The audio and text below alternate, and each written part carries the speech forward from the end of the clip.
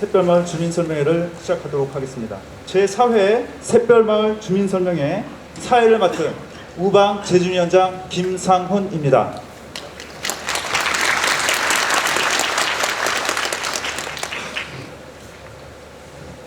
추운 날씨에도 불구하고 참석해 주신 소유주 여러분들과 국회의원 및 시도의원님, 시청 관계자, 기자, 부동산 종사자, 시공사 등 샛별마을에 관심을 갖고 참석해 주신 모든 분들께 깊은 감사 인사드립니다.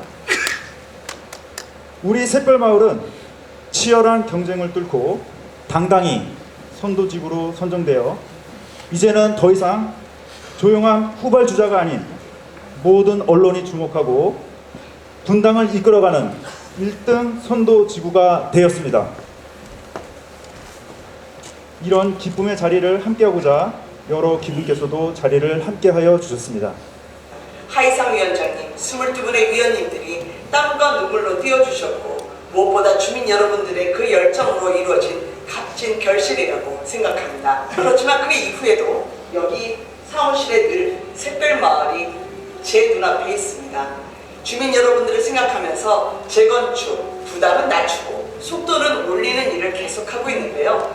주민 여러분들께서 성원해 주셔서 지난 12월 31일 날 제가 발의했던 도정법 개정안이 드디어 국회 본회의를 통과했습니다.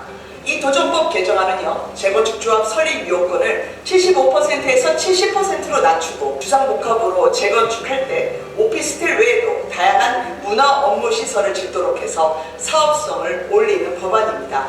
이 외에도 아직도 주민분들께 약속드렸던 제초안 폐지, 지금 국회 상임위원회에서 열심히 여야 의원님들을 설득하고 있습니다.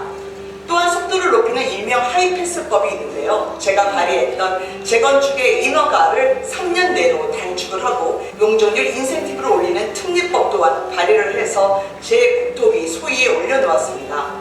주민분들의 목소리를 늘 반영하면서 이 법안이 빨리 통과되도록 하겠습니다. 지금 선도지구 이후에 샛별마을에서 주민분들께서 말씀하시는 목소리를 듣고 있습니다. 제가 그중에 성남시 그리고 국토부와 협의에 들어간 게 있는데요. 이주대책을 할 때 전체가 아니라 신규 주택 증가분에 대해서만 12% 적용하는 부분에 대해서 성남시장을 만나고 설득하고 함께 추진하고 돌파할 예정입니다. 또한 교육청에서 학교를 재시공하고 이전할 때 협의가 늘어져서 재건축까지 차질이 빚지 않을까 걱정하시는 분들이 있습니다. 이 또한 교육부 총리를 만나고 교육청 그리고 국토부와 함께 그 일정에 전혀 차질이 빚어지지 않도록 열심히 하겠습니다. 무엇보다 총선 때 제가 샛별마을 주민분들 뵈면서 샛별처럼 반짝이는 재건축 완성되는 그날까지 함께 하겠다고 말씀드렸던 기억이 납니다. 우리가 가다 보면 고비도 있고 어떤 때는 어려움도 있겠지만 함께 손잡고 이겨나가면서 제가 그 옆에서 심부름 대신해 나가겠습니다.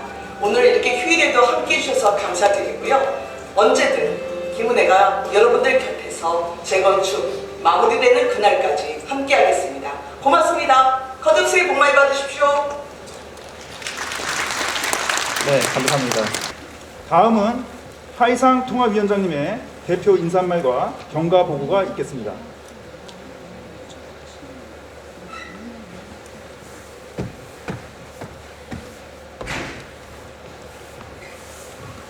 안녕하십니까.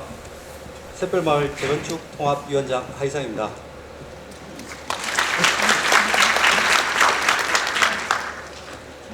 추운 날씨에도 샛별마을 설명회에 참석해 주신 내외 귀빈과 주민 여러분에게 깊이 감사드립니다.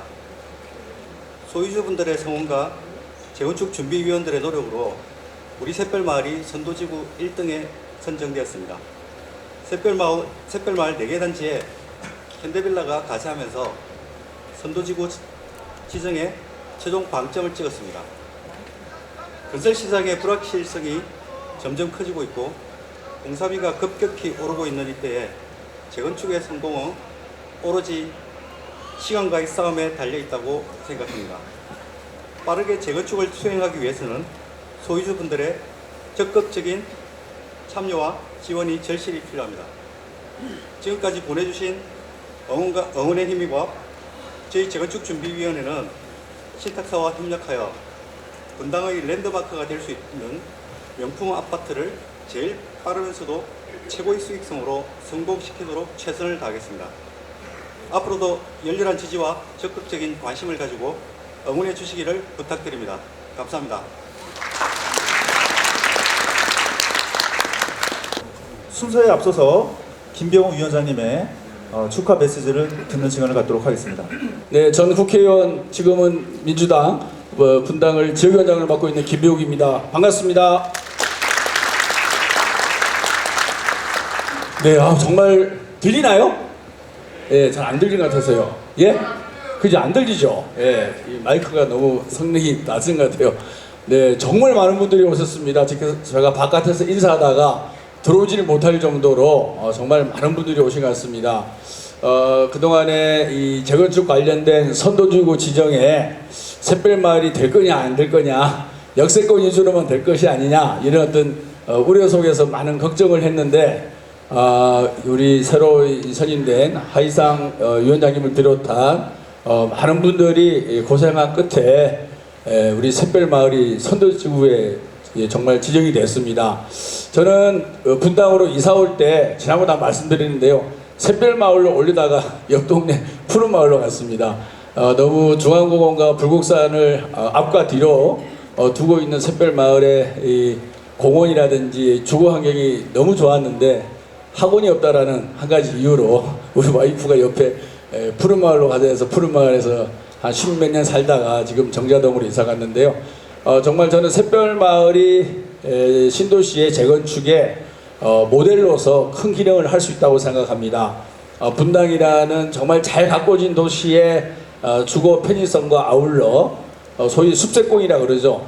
아까도 말씀드린 대로 정말 불곡산 중앙공원과 잘 이으면은 아마 대한민국 어느 마을보다도 가장 편의성도 높고 삶의 질이 높은 그런 재건축 단지가 될 수 있는 곳이 바로 이곳 샛별마을이라고 생각합니다. 그런데 지금 여러분들이 이제 샛별마을의 앞날이 어떻게 될 거냐 막 그림을 그려야 되는데, 사실 지금 성남시의 기본 계획이 완성이 안 됐습니다. 용적률만 나와 있는 상태고, 전체적으로 도로망이라든지 그 다음에 인프라라든지 기반시설 이런 것들의 기본 계획이 나와줘야만이 좀 더 가시적인 여러분들의 미래 꿈을 그릴 수가 있을 텐데, 성남시의 기본 계획이 늦다 보니까 여러분들 좀 답답한, 그리고 여러분들과 함께 일하는 설계업체라든지 정비업체들도 좀 답답한 마음을 갖고 있는 게 이 즈음에 우리의 고민이 아닐까 싶습니다.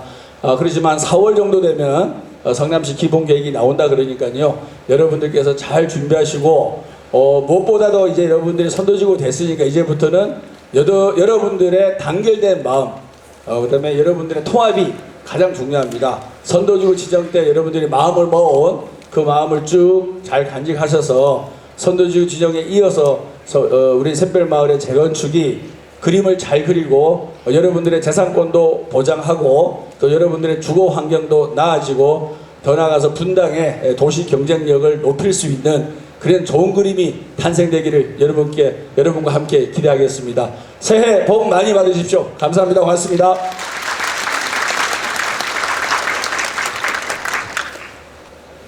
다음은 위원장님의 경과 보고가 있겠습니다. 작년 9월 27일 95.32%의 높은 동의율로 선도지구 공모를 하였고, 11월에는 현대빌라 주민분들을 위한 주민설명회를 개최하였습니다. 선도지구 공모 후에 공모 후 2달 뒤에 샛별마을이 드디어 1등으로 선도지구에 선정되었고, 저희는 바로 특별정비 계획 수립 준비에 들어갔습니다. 12월에는 운영 규정을 정비하였고 통합위원장 선출을 위한 주민투표를 실시하였습니다. 현재는 도시계획업체 선정을 위한 주민투표가 진행 중에 있습니다. 아마 다음 주 정도면 도시계획업체 투표 결과를 발표할 수 있을 것으로 생각하고 있습니다. 다음은 준비위원회가 밤늦게까지 재건축을 위해서 노력하고 있는 모습들을 볼 수 있습니다. 재건축의 이해 및 수익성을 높이기 위해서 각종 포럼과 공청회도 열심히 다녔고, 또 대형 현수막과 야간 조명 등을 이용해서 홍보에도 열심히 노력하고 있습니다. 뉴스에서 나온 기사를 보면 뉴스에서 나온 기사를 보면 선도지구 선정 후에 샛별마을의 가치가 약 8천억 정도 이상 늘어났습니다. 선도지구 선정은 재건축의 첫걸음입니다. 앞으로도 갈 길이 멀지만 샛별마을이 분당의 랜드마크로 자리매김할 수 있도록 최선을 다하겠습니다. 감사합니다.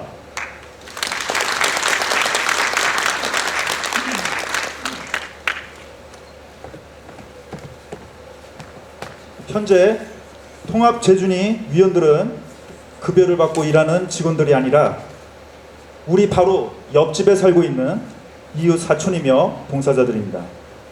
혹시 실수가 좀 있더라도 널리 양해해 주시고 언제나 따뜻한 격려의 말씀 부탁드립니다. 다음은 대한민국 대표 금융회사인 하나금융그룹의 하나자산신탁에서 선도지구 선정 이후 향후 추진 절차 등 재건축 사업에 대한 설명이 있겠습니다. 단상으로 올라와 주시기 바랍니다.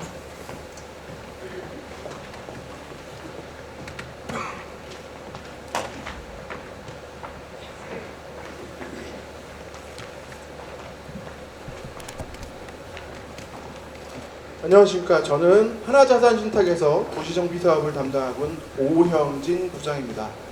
먼저 선도지구 선정이 되신 샛별마을에 대해서 진심으로 다시 한번 축하를 드리겠습니다. 작년에 선도지구 선정을 위한 공모를 시작할 때만 해도 95%라는 동의율을 달성할 수 있을 것이냐, 그리고 저희보다 큰 단지들이 많아서 선도지구가 되는 게 가능할 것이냐라는 그런 걱정이 있었던 것도 사실입니다. 그렇지만 여기 지금 모여 계신 소유자분들의 이러한 열정 그리고 적극적인 참여로 인해서 저희가 그 불가능해 보였던 것들을 이뤄낼 수 있었고요. 이 자리를 빌어서 옆에 계신 소유자분들께 서로 수고했다, 감사했다는 의미로 박수 한번 부탁드리겠습니다.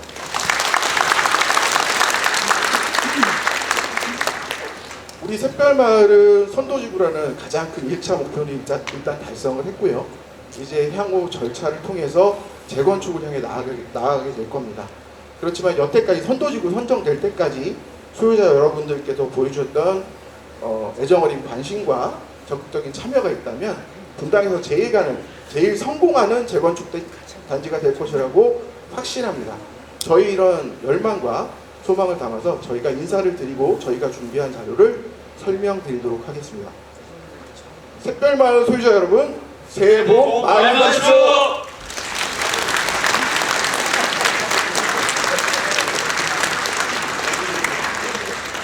감사합니다.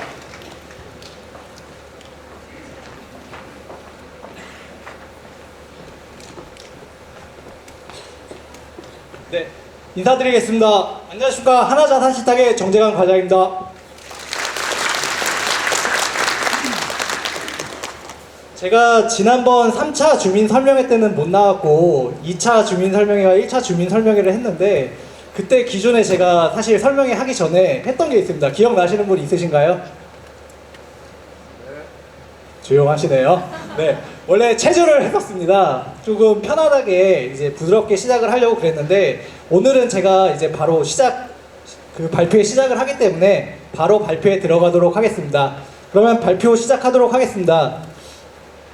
금일 설명은 선도지구 선정 이후 절차 그리고 통합재건축에 대해서 정확한 이해가 필요하기 때문에 통합재건축이 어떤 것인지 바로 알 수 있는 자리를 마련했습니다. 마지막으로는 재준이와 하나자산신탁이 이 샛별마을 사업 성공을 위해서 어떤 준비를 하고 있고 우리가 어떤 것을 고민해야 되는지 같이 공유해보는 자리를 갖도록 하겠습니다.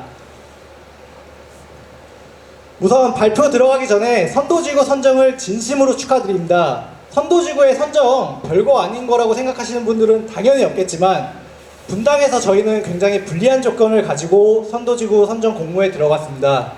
3,000세대 미만의 선도지구 선정단지는 우리 샛별마을이 유일합니다. 이 부분에 대해서 굉장히 자부심을 가지셔도 좋고요. 주민분들 모두가 협력하고 적극적으로 지지해주신 결과라고 생각하고 있습니다. 국토교통부에서는 선도지구를 3년 만에 2027년 착공, 2030년 입주라는 엄청난 목표를 가지고 사업에 대한 의지를 보여주고 있습니다. 그런데 여러분들 더 잘 아실 겁니다. 재건축 사업 3년? 좀 짧은 거 아니야? 2030 서울시 도시주거 환경 정비 기본계획에 따르면은 재건축 사업의 구역 지정부터 착공까지 평균적으로 소요되는 시간이 10년입니다. 그런데 국토부에서는 이 10년의 기간을 단 3년만으로 단축시켜주겠다고 7년을 단축시키겠다고 강한 의지를 보이고 있습니다. 그러면은 과연 우리는 어떤 준비를 해야 되는지 오늘 설명해서 말씀드리도록 하겠습니다. 네. 국토부에서는 단순히 말로만 3년 만에 끝나겠다고 하는 게 아닙니다. 11월 27일 선도지구 선정 공모지역이 발표되면서 동시에 국토부에서는 사업을 신속하게 추진하기 위한 여러 가지 지원 방안을 발표하였습니다. 그 중에서 우리 사업에서 가장 크게 영향을 끼치는 가장 사업 기간을 단축시킬 수 있는 것이 바로 위에 행정적인 지원 부분입니다. 첫 번째로는 학교 문제를 사전에 해소할 수 있도록 교육환경 영향평가를 사전에 협의할 수 있도록 해주었고, 두 번째로는 분담금 부분입니다. 사실 지금 소유자님들께서 가장 궁금해 하시는 사항이 이 분담금일 텐데요. 분담금에 대해서는 항상 갈등이 많았습니다. 그리고 믿을 수 없었고요. 얘기가 있잖아요. 분담금이 처음에 나오는데 나중에 입주할 때 되면 추가 분담금이 나온다, 또 나온다. 그래서 정부에서는 공신력 있는 부동산 전문 조사 기관인 부동산원을 분담금 산출 업무에 지원하게 함으로써 주민 갈등을 최소화하고 신뢰할 수 있는 자료를 알려드리겠다고 지원책으로 발표했습니다. 마지막으로는 저희 동의서를 거둬야 됩니다. 동의서 거둘 때는 시간과 비용이 굉장히 많이 소요되는데, 이 시간과 비용이 많이 소요되는 동의 업무를 전자동의를 선제 도입함으로써 기간과 비용을 단축시켜주겠다고 정부에서 강력한 의지를 보이고 있습니다. 그러면은 이제 우리가 무엇을 해야 될지 알아야 합니다. 자, 먼저 전체적인 저희 사업의 절차에 대해서 말씀을 드리겠습니다. 저희 2024년 11월 선도지구 선정 완료하였습니다. 그러면은 이제 우리는 이 재건축 사업의 가장 기본이 되는 특별정비계획을 수립하게 됩니다. 특별정비계획을 수립할 때는 소유주님들의 의견을 수렴하여 반영하고, 그리고 법에서는 특별정비계획 수립 전에 소유주님들께 추정분담금에 대해 고지하도록 되어 있습니다. 특별정비계획이 수립되고 나면은 사업시행자 지정, 신탁사를 선정하시게 되고요. 그 다음에는 소유주님들의 직접 투표로 건설사, 시공사를 선정하시게 됩니다. 시공사를 선정한 이후에는 건축계획 등 우리가 이제 앞으로 들어가야 될 아파트에 대한 계획을 수립을 하고 인허가를 받습니다. 통합심의와 사업시행계획인가고요. 사업시행계획인가가 일어나면은 우리가 이제 앞으로 들어갈 아파트 결정되는 겁니다. 그러면은 그 날을 기점으로 종전감정평가를 하고 이제 앞으로 내가 들어가야 될 아파트에 대해서 종후감정평가를 하게 됩니다. 그러면은 미래에 내가 들어갈 아파트에 대한 가격을 알 수 있고 내 종전가치를 알 수 있기 때문에 이제 아파트를 어느 평형으로 가실지 금액을 보시고 결정하실 수가 있습니다. 그 후에 감정평가 후에 소유자님들이 우선적으로 분양 신청을 하시게 되고요. 분양 신청이 완료되면 전체 아파트 세대에서 소유자님들이 먼저 가시는 세대가 빠지니까 일반 분양 아파트가 몇 개가 나온지가 결정이 됩니다. 그 단계가 바로 수익과 비용이 결정되는 관리처분 계획 인가 단계입니다. 관리처분 계획 인가 단계가 끝나면은 이제 이주를 나가시고 철거를 하고 착공에 들어갑니다. 굉장히 길고 복잡합니다. 너무 많죠. 근데 이걸 3년 만에 하려면 어떻게 해야 될까요? 그런데 이 재건축 사업은 제가 벌써 처음부터 끝까지 절차에 대해서 말씀을 드렸습니다. 이제 앞으로 일어날 절차에 대해서 우리가 사전에 준비하고 대응을 한다면은 기간 줄일 수 있습니다. 그러면 우리가 선도지구 선정 이후에 이제 해야 될 일은 무엇일까요? 바로 특별정비구역 지정 업무입니다. 특별정비계획은 사실 재건축에서는 일반적으로 정비계획 수립이라고 말합니다. 근데 이 업무가 평균적으로 3년 이상이 소요가 됩니다. 3년 이상. 근데 3년이면 저희는 착공을 해야 되는 시기잖아요. 그래서 정부에서는 한 가지 더 지원책을 발표했습니다. 이 정비계획 수립 단계조차 시간을 더 줄여주겠다. 바로 특별정비계획 수립을 위한 패스트트랙을 도입하겠다는 것입니다. 그러면 이 패스트트랙이 무엇인지 말씀드리겠습니다.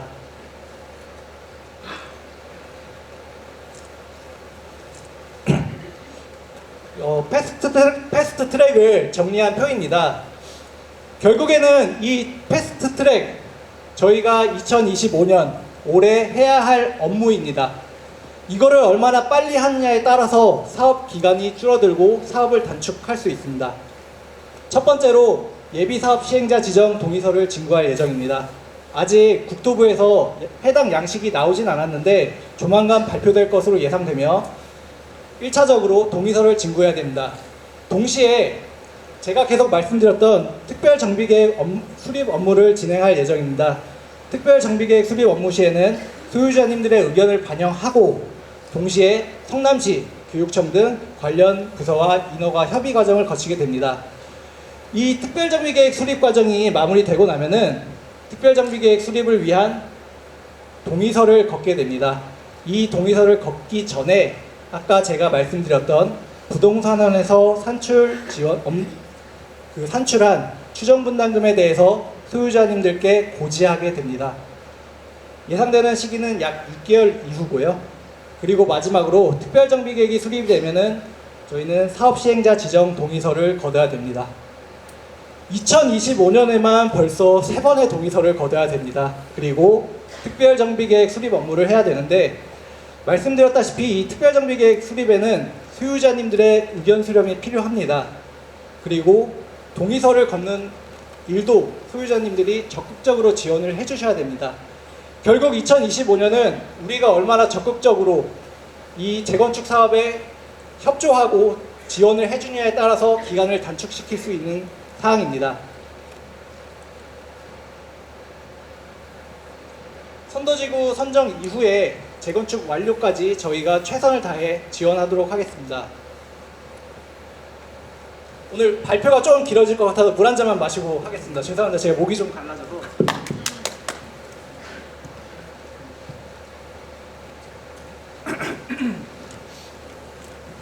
우리가 2025년에 해야 될 일에 대해서는 알았는데 사실 이 사업을 본격적으로 시작하기 전에 말씀드리고 싶은 부분이 있습니다.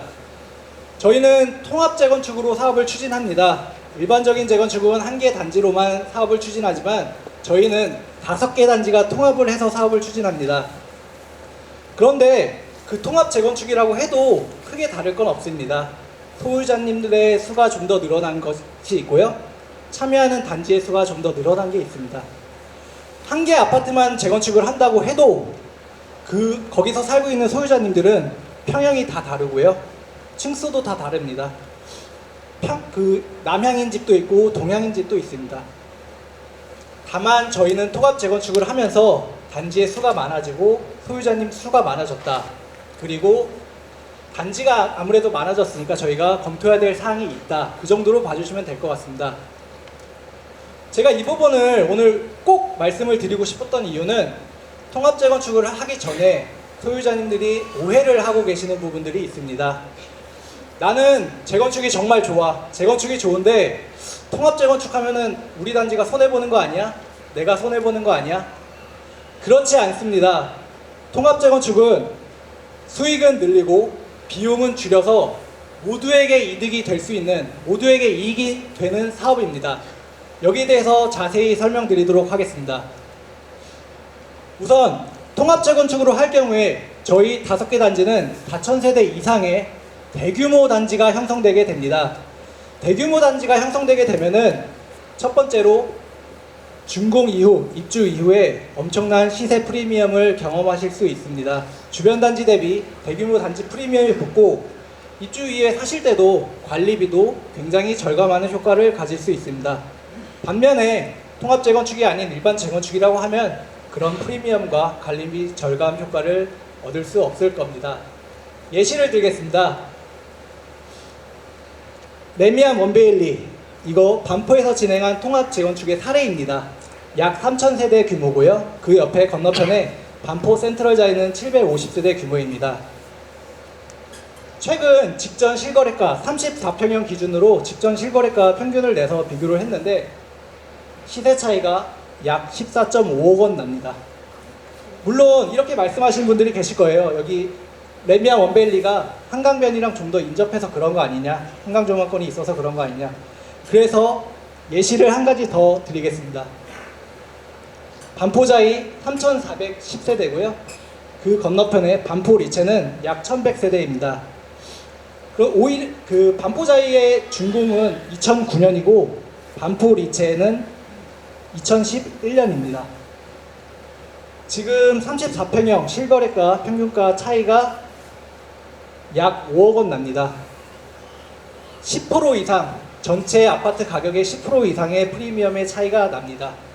이거는 제가 억지로 만든 숫자가 아니고 실제 부동산 실거래가를 조사한 사례로 실제로 대규모 단지가 주변에 있는 단지보다 더 높은 시세를 가지고 있다는 것은 더 잘 아실 거라고 생각하고 있습니다. 다음으로는 저희 샛별마을에는 이 우수한 입지의 샛별마을은 정말 분당의 명품 아파트 랜드마크가 들어와야 됩니다. 랜드마크의 기준에는 여러 가지가 있지만 기본적으로는 설계가 우수해야 됩니다. 통합재건축으로 할 시에는 통합개발로 토지 이용을 극대화해서 쾌적한 단지 가능합니다. 다시 말해서 분양성과 상품성이 뛰어난 아파트 단지가 건축될 수 있고요. 커뮤니티에 있어서도 고품격의 커뮤니티가 들어올 수 있습니다. 반대로 단지별로 재건축을 한다. 단지별 건축 제한에 따라서 설계적 제약이 있습니다. 예시를 들겠습니다. 통합재건축을 할 경우에는 이 땅을 대지를 한 개의 단지로 생각하시면 됩니다. 그러면은 건축적으로 제한을 받는 부분을 최소화할 수 있습니다. 그렇게 되면은 당연히 상품성이 뛰어나고 분양성이 높은 아파트를 지을 거고요. 단지 자체에도 쾌적한 공간으로 조경 공간이 늘어나게 됩니다. 단지 가치가 굉장히 높게 되는 거죠. 반면에 개별 재건축으로 할 경우에는 이제 단지 간 경계에 대지 경계에 한계선이 생기고요. 거기에 따라서 일정 거리를 뛰는 이격거리가 생기고 일조나 채광에 문제가 생겨서 결국에는 충수에도 문제가 생길 수가 있습니다. 충수에 문제가 생기면은 그 충수만큼 다른 곳에 아파트를 지어야 되기 때문에 추가적으로 아파트 동수가 늘어날 수도 있고 이건 결국에는 아파트의 쾌적성을 저하시키고 단지의 가치가 떨어지는 결과를 가져오게 됩니다. 세 번째로는 규모의 경제를 실현할 수 있습니다. 더 잘 아시겠지만 특히나 건설 산업은 규모의 경제가 힘을 발휘하는 산업입니다. 단지의 규모가 커지면 커질수록 공사비는 절감되는 효과를 가져올 수 있습니다. 추가적으로 단지를 하나로 이제 생각을 하신다면은 지하 주차장도 더 넓게 한 번에 공사를 할 수 있고 무엇보다 지하 주차장을 효율화할 수 있고 거기에 따라서 비용도 절감할 수 있습니다. 개별 재건축으로 하면은 반대로 단지별로 주차장 램프가 다 들어가야 될 거고요. 단지별로 일반적으로 들어가는 부대 시설과 공리 시설, 커뮤니티가 들어가야 됩니다. 커뮤니티 고급화도 어렵습니다. 그리고 무엇보다 저희는 1기 신도시 선도지구입니다. 노후계획도시 특별법의 적용을 받습니다. 지금에 앞서서도 말씀드린 거는 통합재건축이 정말 일반적인 재건축보다 정말 좋다는 걸 말씀을 드렸는데 저희는 반드시 이 통합재건축을 성공시켜야 됩니다. 그 이유가 통합재건축의 기본 용적률은 326%이고 최대 용적률은 450%까지 결정할 수 있습니다. 반면에 일반 재건축으로 갈 경우에는 법적 상한 용적률은 300%에 불과합니다. 샛별마을 5개 단지 대지 면적이 약 53,000평입니다. 용적률 1% 하면은 530평이고요. 이 530평을 일반 분양, 전부 다 일반 분양한다고 가정했을 때 약 280억 원, 세대당 1억 원의 분담금을 줄일 수가 있습니다. 그런데 용적률이 무려 26에서 150%까지 더 올릴 수 있습니다. 물론 단순히 용적률만 올리는 건 아닙니다. 뒤에서 설명드리겠지만 용적률을 올리는 만큼 저희는 기부 체납을 해야 되는 부분이 있습니다. 하지만 그 기부 체납을 감안한다고 할지라도 노특법에 따라서 저희는 엄청난 개발 이익이 기대됩니다.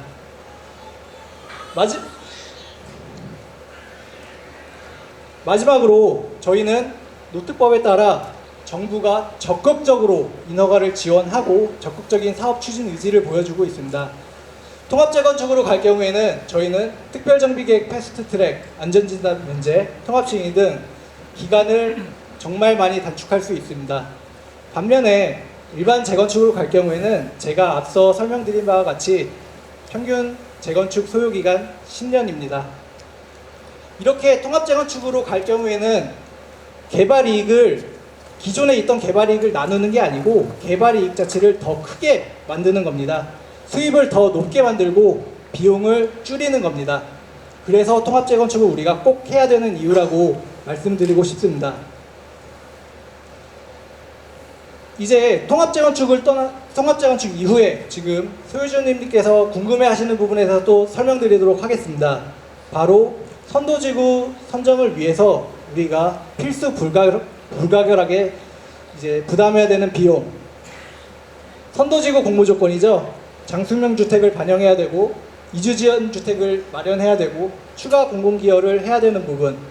지금 일부 언론에서는 이런 비용들이 너무 과도하다, 높다, 그래서 사업이 잘 안 될 거다, 그런 이야기가 있습니다. 거기에 대한 오해를 좀 풀어드리고자 합니다.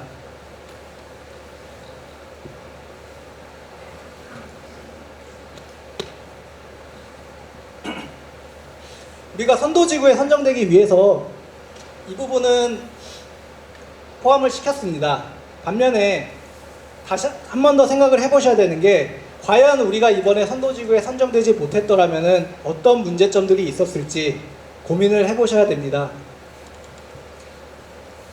우선 선도지구 공모 조건에 대해서 말씀드리겠습니다. 첫 번째, 장수명 주택입니다. 지금 저희는 장수명 주택 최우수 등급을 제안을 했습니다. 그런데 장수명 주택은 최근에 기준이 완화되어 최우수 등급이 기존의 우수 등급 수준입니다. 그리고 장수명 주택을 하면은 당연히 일반 아파트 대비해서 공사비도 올라가고 공사 기간도 늘어나는 건 사실입니다.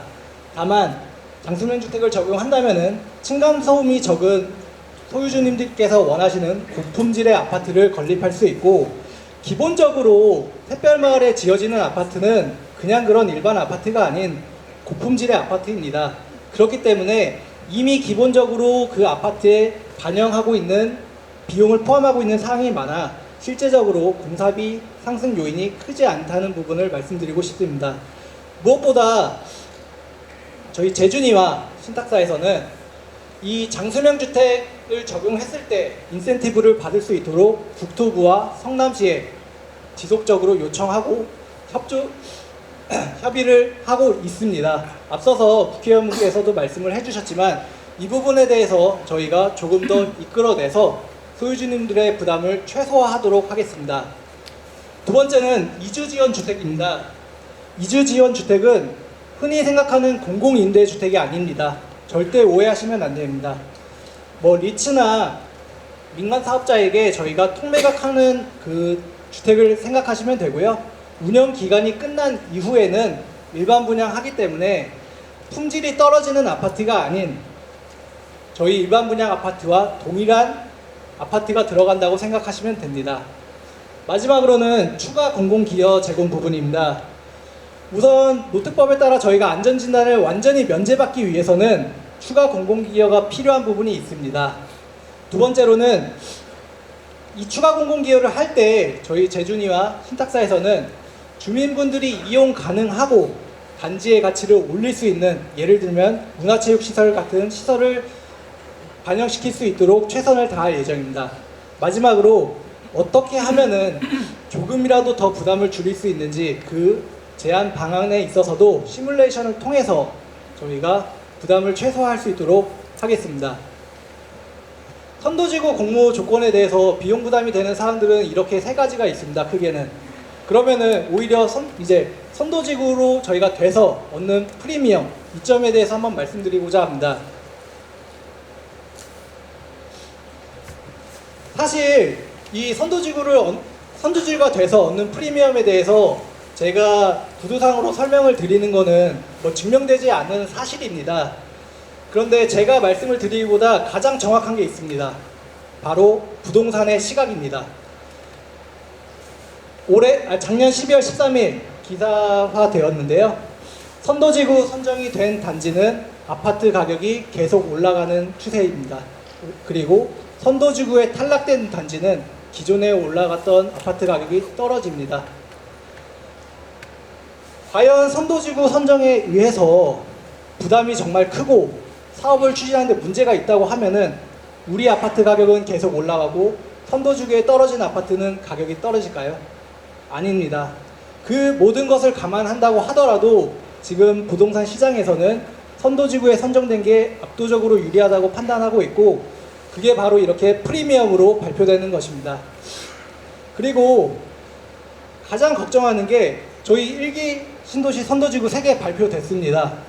후속단지 어떤 방식으로 어떻게 선도지구를 선정할지 지금 결정되지 않았습니다. 이런 부분에 대해서 굉장히 우려가 많으시고요. 그렇기 때문에 선도지구에 선정이 된 것은 엄청난 프리미엄을 저희가 가져왔다고 자신 있게 말씀드릴 수 있습니다. 또 선도지구로 선정이 되면은 분당 내에서는 저희가 1번으로 사업을 추진할 수 있습니다.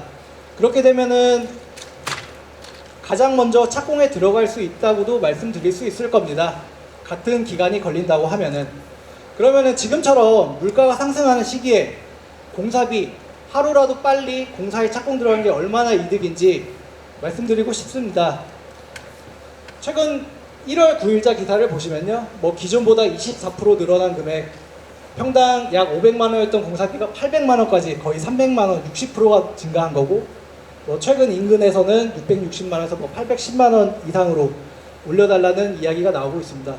사실 지금 공사비가 계속해서 올라가고 있는 상황이기 때문에 착공이 빠르면 빠를수록 물가 인상 상황에서는 저희한테는 엄청난 이득입니다. 저희 샛별마을 지금 그래프가 잘 안 보이는데 공사비 평당 100만 원을 줄이면은 2,870억 가량 줄일 수 있습니다. 세대당 1억 원 가량 분담금을 줄일 수 있는 엄청난 금액입니다. 그렇기 때문에 지금 선도지구로 선정된 단지들의 가격이 계속 올라가고 있다고 저는 판단하고 있습니다. 선도지구의 선정 공모에 따라서 저희가 비록 부담하는 비용이 있지만 선도지구 선정을 됨으로써 그 프리미엄, 그게 더 크다고 지금 시장에선 판단하고 있고, 그래서 가격이 계속 올라간다고 말씀드리도록 하겠습니다. 그 다음에 오늘 아마 가장 궁금해 하시는 추정분담금입니다. 지금 추정분담금 페이지가 보이시자마자 거의 50% 넘는 소유주님께서 핸드폰을 꺼내셨어요. 네, 물 한 잔만 먹고 하겠습니다. 중요한 부분이니까.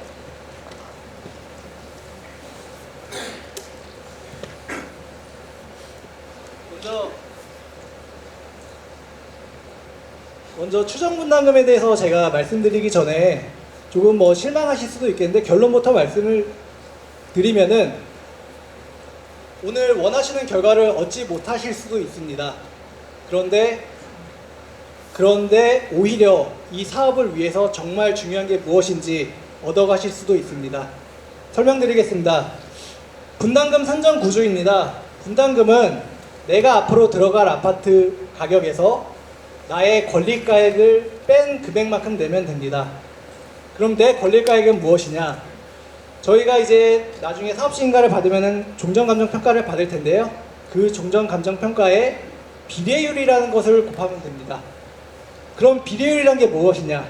비례율은 이 사업의 수입에서 지출을 뺀 금액을 종전자산평가 금액의 합계로 나누면 됩니다. 이해되시나요? 안 되시죠?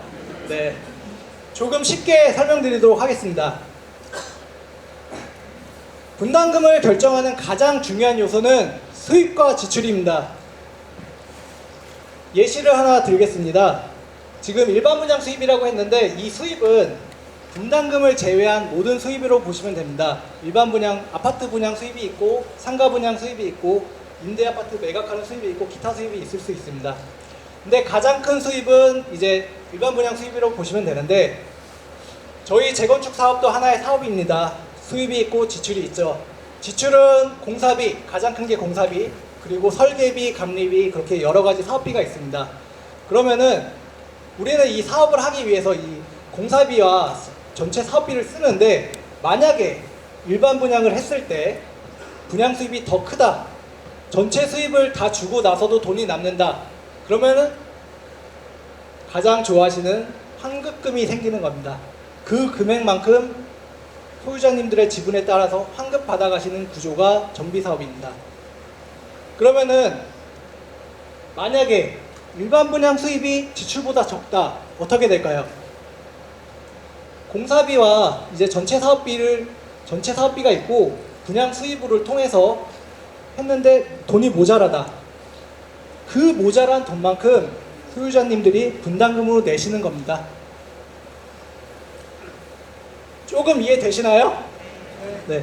그러면은 제가 앞서서 말씀드렸지만 이 분담금을 결정하는 건, 가장 중요한 거는 수입과 지출입니다. 수입이 늘어나면은 분담금이 줄어드는 거고요. 이 비용이 줄어들면은 분담금 또 줄일 수 있습니다. 수입을 늘리고 비용을 줄이는 게 우리 재건축 사업의 핵심입니다. 그런데 지금 이 분담금을 정확하게 뽑으려면은 수입과 지출에 대해서 정확한 분석이 필요합니다. 아까 김명우 위원님께서 말씀하셨지만 지금 성남시에서 4월 중 기본계획을 발표할 예정이고, 그 기본계획에 따라서 저희는 특별정비계획, 제가 올해 해야 된다는 일이었죠. 특별정비계획을 수립을 해야 됩니다. 그 특별정비계획이 나와야지 저희는 사실 수입과 지출을 추정할 수가 있습니다. 지금 그런 것도 없는 상황에서 추정분담금을 산출한다, 사실 잘못된 사항입니다. 그러면 이제 또 질문하시는 분들이 분명히 있을 겁니다. 저희 분당에 선도지구 총 3개가 선정됐죠. 그런데 이제 2개 구역은 이미 사실 설명회를 진행을 했고, 그 설명회에서 추정분담금에 대해서 오픈을 했습니다. 그러면은 그 2개 구역은 추정분담금을 오픈을 했는데 왜 우리는 못하느냐? 거기에 대해서 설명을 드리도록 하겠습니다. 자, 추정분담금 오픈을 했습니다. 이미 많은 분들이 알고 계시겠지만, 한 개 구역은 이제 유사한 평형으로 이동 시에 용적률 350% 기준 약 2억 4,700만 원 분담금이 나왔고요. 또 옆에 구역은 유사한 조건에서 분담금이 아니라 우리가 환급금이 2,300만 원 발생한다고 했습니다. 아니, 왜 이렇게 차이가 많이 나는 거죠? 추정분담금이? 추정분담금 기존에 2억 4천만 원, 환급금 2,300만 원, 이 부분에 대해서 이야기 들으신 분들 굉장히 많으실 거라고 알고 있습니다. 그러면은 제가 질문 하나 드리고 싶습니다. 과연 이 추정분담금을 산출하기 위한 전제 조건 알고 계시나요? 그 전제 조건에 대해서는 잘 모르실 겁니다. 왜? 이 숫자가 결정됐다고 생각을 하시니까. 전혀 그런 게 아닙니다. A 구역의 전제 조건을 먼저 말씀드리겠습니다. A 구역은 가장 큰 요소 2가지만 제가 설명드리겠습니다. 첫 번째, 일반 분양가 평당 5,800만 원, 수입은 평당 5,800만 원으로 가정을 했고요. 지출에서 가장 큰 부분을 차지하고 있는 공사비는 평당 900만 원을 계산했습니다. 반면에 B구역은 수입에 있어서 일반 분양가를 평당 6천만 원으로 받고 공사비는 평당 850만 원으로 받습니다. 일반 분양가는 평당 200만 원 차이, 오히려 B구역이 더 높고요. 수입은 B구역이 더 높습니다. 지출들은 A구역 900만 원, B구역 850만 원, 50만 원 차이로 B구역의 지출도 낮습니다. 수입도 높고 지출도 낮습니다. 이 2가지, 그냥 여러 가지 요소가 있는데 이 공사비와 일반 분양가 이 2가지 요소만 가지고 저희 샛별마을을 대입해 보겠습니다. A 구역을 적용할 경우에는 수입이 약 8조 9천억 원, 지출은 2조 5천억 원입니다. 수입에서 지출을 빼면은 단순히 일반 분양가와 이제 공사비만 포함을 한 이 금액을 빼면요, 약 6조 4천억 원 나옵니다. 그런데 이제 B구역의 전제 조건을 가지고 분석해 보겠습니다. 수입은 9조 2천억 원이 나오고 공사비는 2조 3,600억 원 나옵니다. 그러면 약 6조 8,400억 원 나옵니다. 단순히 두 가지 전제 조건만 바꿨는데 이 차이가 4,400억 원 나오고요. 소유주님 세대로 나누면 세대당 약 1억 6천만 원 차이가 납니다. 결국에 이 사업 계획이 확정되지도 않은 상황에서 어떤 전제 조건을 적용하느냐에 따라서 소유주님들께 저희는 뭐 2억입니다, 1억입니다, 환급 받으실 수 있습니다, 이렇게 얘기를 할 수 있는 상황입니다. 그래서 지금 상황에서는 추정분담금이 나올 수가 없는 상황입니다. 궁금하시겠지만, 그러면 대체 추정분담금을 언제 알 수 있냐? 우리가 이 사업을 추진하는데, 계속 말씀드린 바와 같이 추정분담금은 특별정비계획 수립 시 부동산원의 검증을 거친 추정분담금이 소유주님들에게 고시될 예정이고 앞으로 약 6개월 이내로 예상하고 있습니다. 이 정말 길다면 긴 시간이고 짧다면 짧은 시간인데 정확한 추정분담금이 나올 텐데, 지금 무리해서 저희가 잘못된 정보로 소유자님들을 현혹시키고 혼란시킬 수 있기 때문에 그러면은 이 사업이 제대로 갈 수 없다고 생각합니다. 이 사업이 정확하게 가려면은 정확한 기준과 원칙이 필요하고, 잠시만 기다리시면은 정확한 추정분담금에 대해서 고지가 될 예정이고, 그 금액을 보시고 아까 말씀드렸다시피 특별정비계획 동의서를 내실지 마실지 결정하시면 됩니다. 추정분담금에 대해서 뭐 기대를 많이 하고 오셔서 실망을 안겨드릴 수도 있다고 생각을 하지만, 저는 사실 이 부분이 가장 중요하다고 생각합니다. 이 부분에 대해서 소유자님들이 정확하게 알고 계셔야지 이 사업이 원활하게 갈 수 있는 것이지, 이 부분은 덮어두고 그냥 숫자로만 한다고 하면은 결국에는 사업이 원활하게 갈 수 없다고 생각됩니다. 혹시 추정분담금에 대해서 제가 드린 설명에 이해 안 되시는 부분이 있으실까요? 네. 추가적으로 저희는 오늘 설명회가 마지막 설명회도 아닙니다. 오늘 설명회는 선도지구 이후에 첫 설명회고 앞으로 우리가 어떤 일을 해야 될지를 알려주는 자리입니다. 지속해서 저희는 설명회와 간담회를 할 거고요. 궁금하신 사항이 있거나 정말 의문가는 사항이 있으면은 언제든지 단지별 재주미 통해서 연락 주시면은 저희 신탁사에서 적극적으로 궁금증에 대해서 해소시켜 드리도록 하겠습니다. 마지막으로 저희 샛별마을 사업 성공을 위해서 저희가 준비하고 있는, 그리고 소유주님들이 알고 계셔야 하는 사항들에 대해서 설명드리도록 하겠습니다.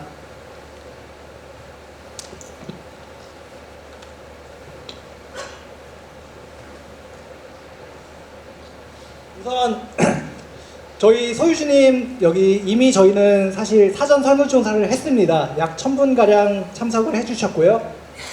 설문조사 결과에 대해서 안내를 드리고, 그 다음에 이제 우리는 통합재건축입니다. 물론 통합재건축만의 특이한 사항들이 있고 검토해야 되는 사항이 있습니다. 그 부분에 대해서 사전에 우리가 검토해야 되는 부분 말씀드리고, 마지막으로 통합재건축의 성공 사례를 설명드리면서 우리가 어떻게 벤치마킹 할 것인지, 우리 사업이 성공으로 가기 위해서는 어떤 부분이 필요한지 말씀드리겠습니다. 설문조사 이건 편하게 봐주셔도 됩니다. 네, 약 1000분가량 참석을 해주셨고요. 소유하고 있는 평형대도 다양하게 참석을 투표를 해주셨습니다. 근데 여기서 보시면 아시겠지만 기존에 가지고 있는 평형보다 조금 더 큰 평형으로 가고 싶다는 소유주님들이 굉장히 많으셨습니다. 30평형대가 가장 많고요. 기존보다 전부 다 늘어난 수치를 볼 수 있겠습니다. 또 1+1을 희망하시는 분들도 있었는데 우선은 여기 기타 사항으로 추가하였습니다. 다음은 재건축에 대한 기대 수준입니다. 지금 99%가 넘는 소유자님들께서 이제 굉장히 큰 기대를 갖고 계시는데요. 아직 1%, 약 10분 정도가 기대 수준이 낮다고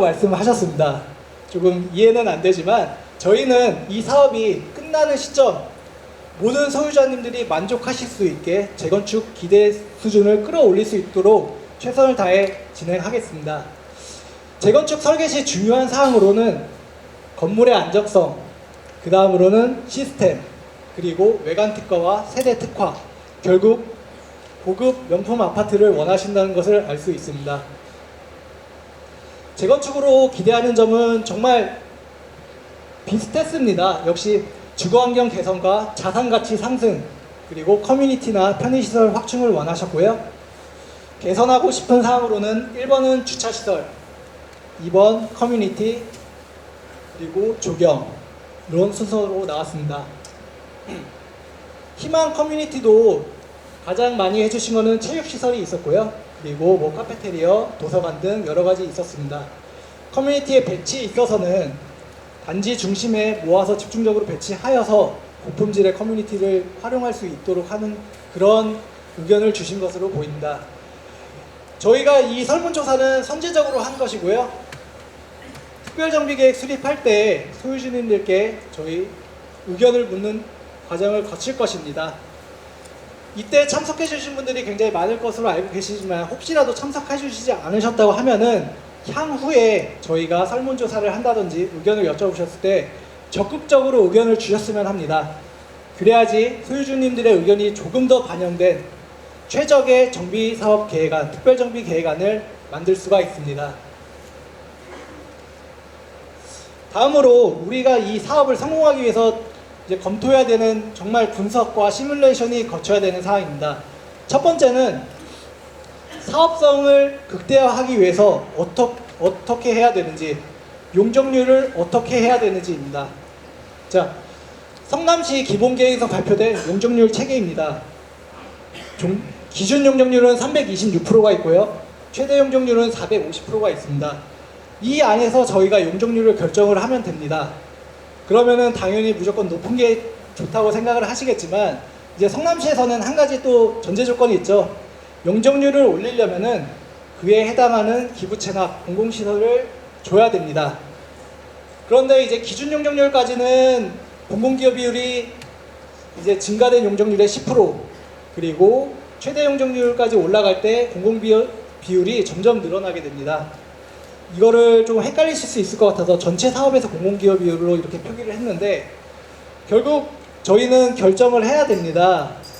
어떤 용적률로 했을 때 사업성이 극대화되는지, 그리고 최적의 설계가 나올 수 있는지. 용적률을 단순히 너무 많이 높이게 되면은, 용적률이 너무 높으면은 거기에 따라서 기부 체납해야 되는 게 너무 많고요. 또 단지의 쾌적성이 떨어질 수도 있습니다. 그거는 단지의 가치와도 직결되는 문제입니다. 그렇기 때문에 저희는 사업성을 계속해서 시뮬레이션 할 거고, 그 결과에 대해서 소유주님들께 사전에 안내를 해드리고 소유주님들의 의견을 물어서 사업계획을 수립할 예정입니다. 아까도 추정분담금에서 제가 수입을 알아야 된다 그랬는데 아직 이런 사업계획안이 결정되지도 않은 상황에서 추정분담을 산출한다는 것은 불가능한 일입니다.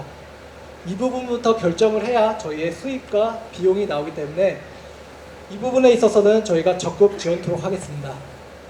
두 번째로는 소유주님들의 니즈를 충족하는 사업 설계안을 만들어야 됩니다. 우선 앞으로도 저희가 설문조사라든지 의견을 수렴하는 절차를 지속해서 가질 예정입니다. 그리고 추가적으로 저희는 통합재건축이다 보니까 단지별로 좀 원하시는 부분이 있었습니다. 뭐 아시겠지만 기존 단지의 위치를 반영해서 앞으로도 살고 싶다. 사실 그게 어느 정도의 원칙이었고요. 그런 부분을 충분히, 그런 소유주님들의 의견을 충분히 반영할 수 있는 설계안을 나와야 됩니다. 설계안을 뽑을 거고 그런 분양 방안을 적용시킬 겁니다. 두 번째로 저희 구역 내에 당촌초등학교가 위치하고 있습니다. 그렇기 때문에 저희는 교육환경 영향평가의 대상에 들어가는데 이 학교에 대해서는 교육청과도 협의를 해야 되고 시와도 협의를 해야 되고 저희 마음대로 할 수 있는 부분은 아닙니다. 이 부분에 있어서 협의를 최대한 잘해서 저희 소유주의 부담을 최소화시키도록 하겠습니다. 결국 특별정비계획안 수립 시 소유주님 의견 수렴과 대관 업무를 철저하게 해서 소유주님들이 정말 원하는 재건축 사업을 만들고 들어가고 싶은 아파트를 만들도록 하겠습니다. 그러면은 이제 어떻게 할 거냐 궁금해하시는 부분이 있어서 저희가 기존에 성공했던 성공 사례에 대해서 간단히 말씀드리도록 하겠습니다. 아까도 말씀드렸지만 우선 레미안 원밸리 신반포 3차 경남아파트 재건축 사업입니다. 총 5개의 단지가 통합 재건축을 실행했고요. 설계는 통합 설계로 진행을 했고 정산 방식은 독립재산제로 했습니다. 분양 방식은 아까 말씀드렸다시피 이제 일부 기존에 살고 있던 위치를 반영을 해서 우선 분양권을 좀 배정한 부분이 있습니다. 근데 보시면은 2개 단지의 세대수가 거의 전체를 차지하고 있어서 나머지 세대들은 어떻게 보면은 조금 통합이긴 하지만 조금 정확한 의미의 통합이라고 하긴 좀 그렇습니다. 다음으로 준비한 게 가장 최근 사례입니다. 어떻게 보면 신반포 4지구 재건축 정비 사업입니다. 지금 현재 메이플자이라고 해서 분양을 얼마 전에 했고요. 기존 세대 수도 약 2,900세대, 저희랑 큰 차이 나지 않습니다. 물론 신축 세대 수는 굉장히 차이가 많이 날 것입니다. 설계는 통합 설계를 했고 정산은 아파트와 상가에 독립 정산을 하였으며 분양 방식은 공구별 우선 분양권을 적용하였습니다. 좀 더 자세하게 하나하나 말씀드리도록 하겠습니다.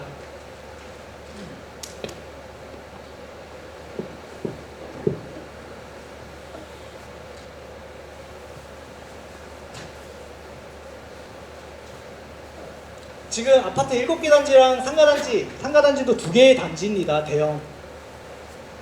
기존 현황을 먼저 말씀드리겠습니다.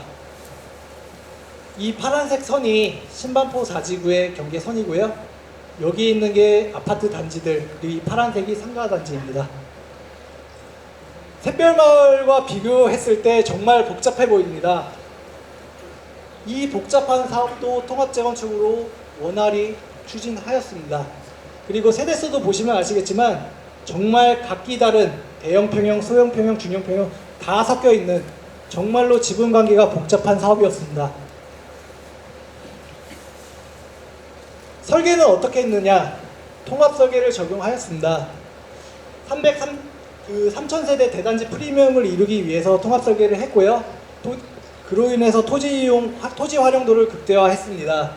그래서 대규모 단지 프리미엄과 규모의 경제로 비용을 절감했고 커뮤니티도 고급 커뮤니티를 넣었습니다.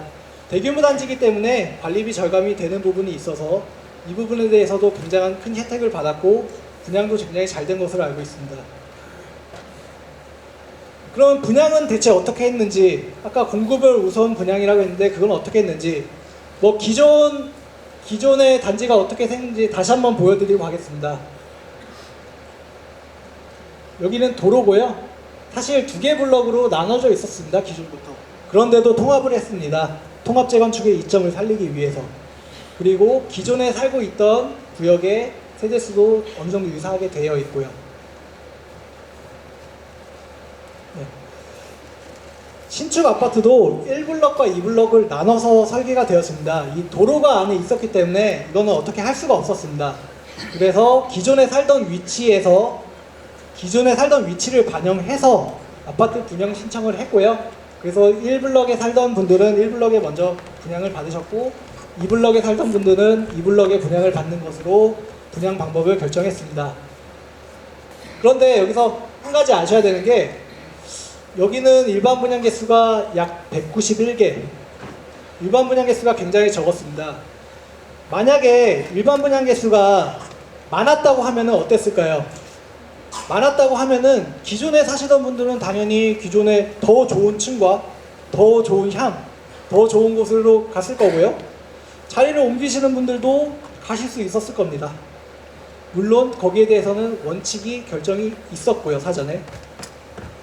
신축 세대가 아파트가 많으면 많을수록 조합원님들에게 선택권이 늘어납니다. 저희가 통합재건축으로 할 경우에는 일반 분양 개수가 뒤에서 설명하겠지만 1000세대 이상으로 보여지고요. 그렇게 된다고 하면은 당연히 소유주님들의 기존에 말씀하셨던 기존에 내가 어느 정도 우리 단지 위치에서 하고 있다는 부분이라든지 그런 부분에 대해서 해결이 원활하게 되지 않을까 생각하고 있습니다.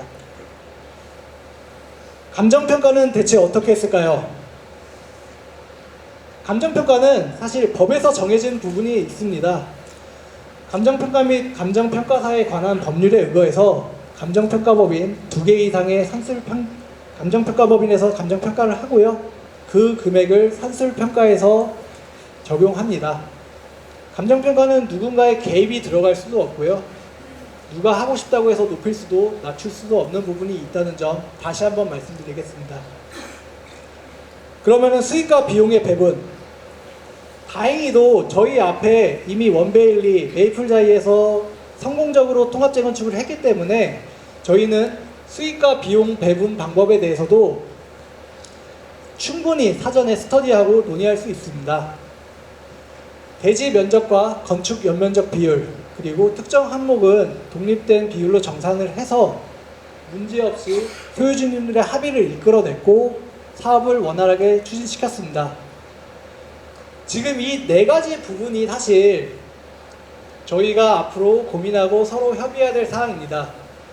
그런데 이것보다 더 중요한 사항이 있습니다.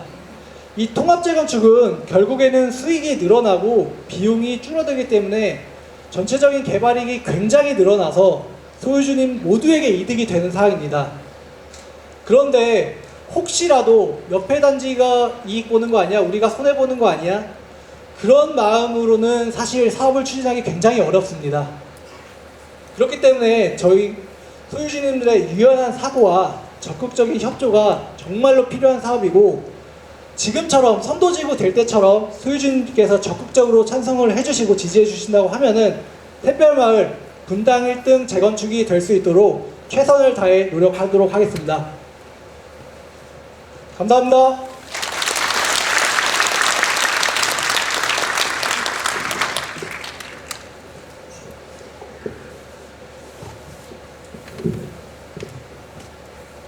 네, 설명 감사합니다.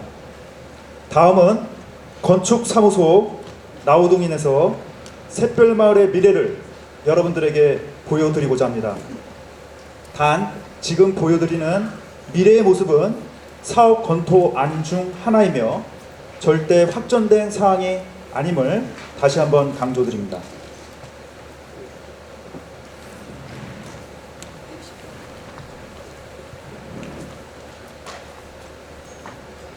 안녕하십니까?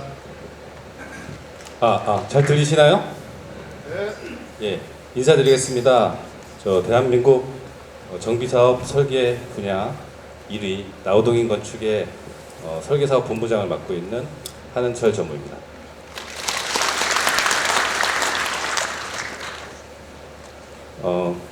이렇게 이 선도지구에 선정되신 이 샛별마을 정말 축하드리고요. 지금 저희가 오늘 이제 설문조사 내용도 말씀하시고 하셨는데, 그런 설문조사 내용을 감안하지 않고 저희가 건축 계획에 대한 부분을 한번 밑그림을 좀 구성을 해 봤습니다.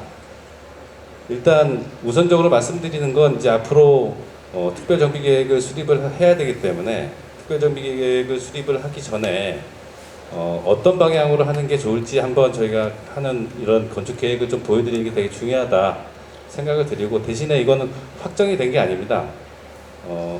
도시계획 업체를 이제 선정을 곧 하시겠죠. 도시계획 업체에서 땅에 대한 밑그림을 먼저 구상을 하고, 아까 말씀드린 용적률에 대한 부분도 공공기여량을 어떻게 할 거냐, 어떤 시설로 공공기여를 할 거냐, 이런 것들을 시하고 긴밀하게 협의를 해가지고 땅에 대한 정리를 먼저 확정을 한 이후에 건축계획이 나중에 확정되는 부분이라서, 오늘 말씀드리는 것은 저희가 이제 예상도다라고 말씀드리겠습니다. 그 부분을 꼭 명심하시고 확정안처럼 생각하시면 안 된다 이렇게 말씀드리고요. 더 좋은 안으로 나중에 점점 발전돼 나갈 수 있으니까 그 부분을 꼭 명지해 주셨으면 좋겠습니다. 그리고 저희가 이제 요 샛별마을을 좀 보면서 몇 가지 여기 참 당연히 선도지구로 선정될 수밖에 없었겠구나라는 몇 가지 이제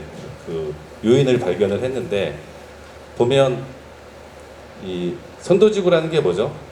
시나 정책적으로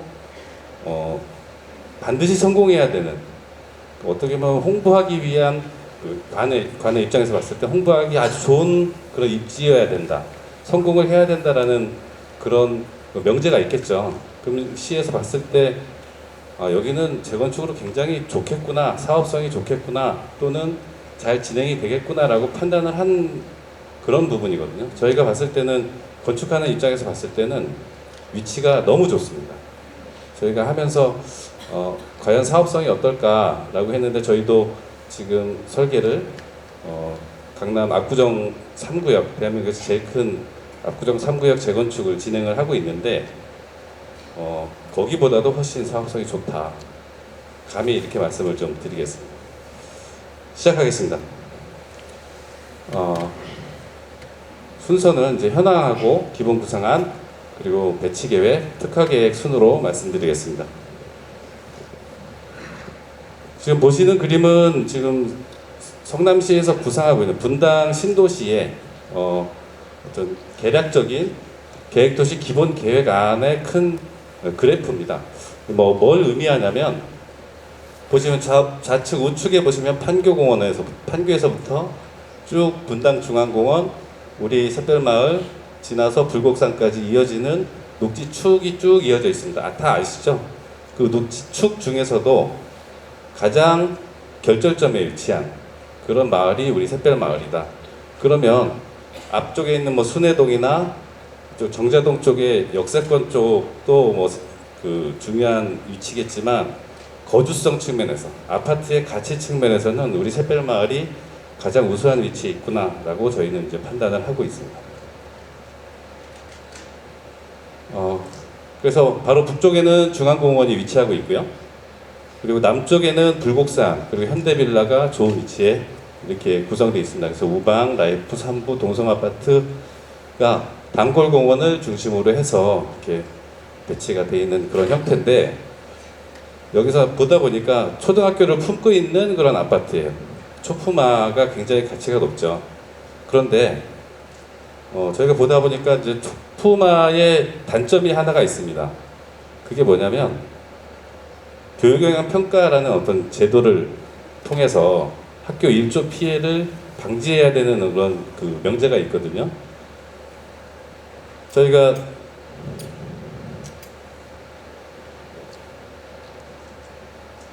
보면 이 당촌초등학교가 중앙부에 딱 있기 때문에, 우리가 통합재건축을 진행을 하기 위해서는 초등학교 남쪽에 있는 부분은 저층 계획을 해야 됩니다. 그렇게 되면 우리가 어떤 용적률이나 사업성을 확보하기 위한 건축 계획을 진행하는 데 있어서 상당히 큰 제약이 따르겠죠. 즉, 건축 계획을 하는 데 있어서 단지 계획이 불균형을 이룬다라는 얘기죠. 지금 보시는 것처럼 남쪽으로는 이렇게 붉은색으로 점점 낮아지는 그런 형태의 건축 계획이 불가피합니다. 그렇게 되면 아무래도 이제 북쪽으로 다 몰린다거나 하는 좀 조밀조밀한, 좀 불균형한 건축 계획이 나올 가능성이 상당히 높다. 그래서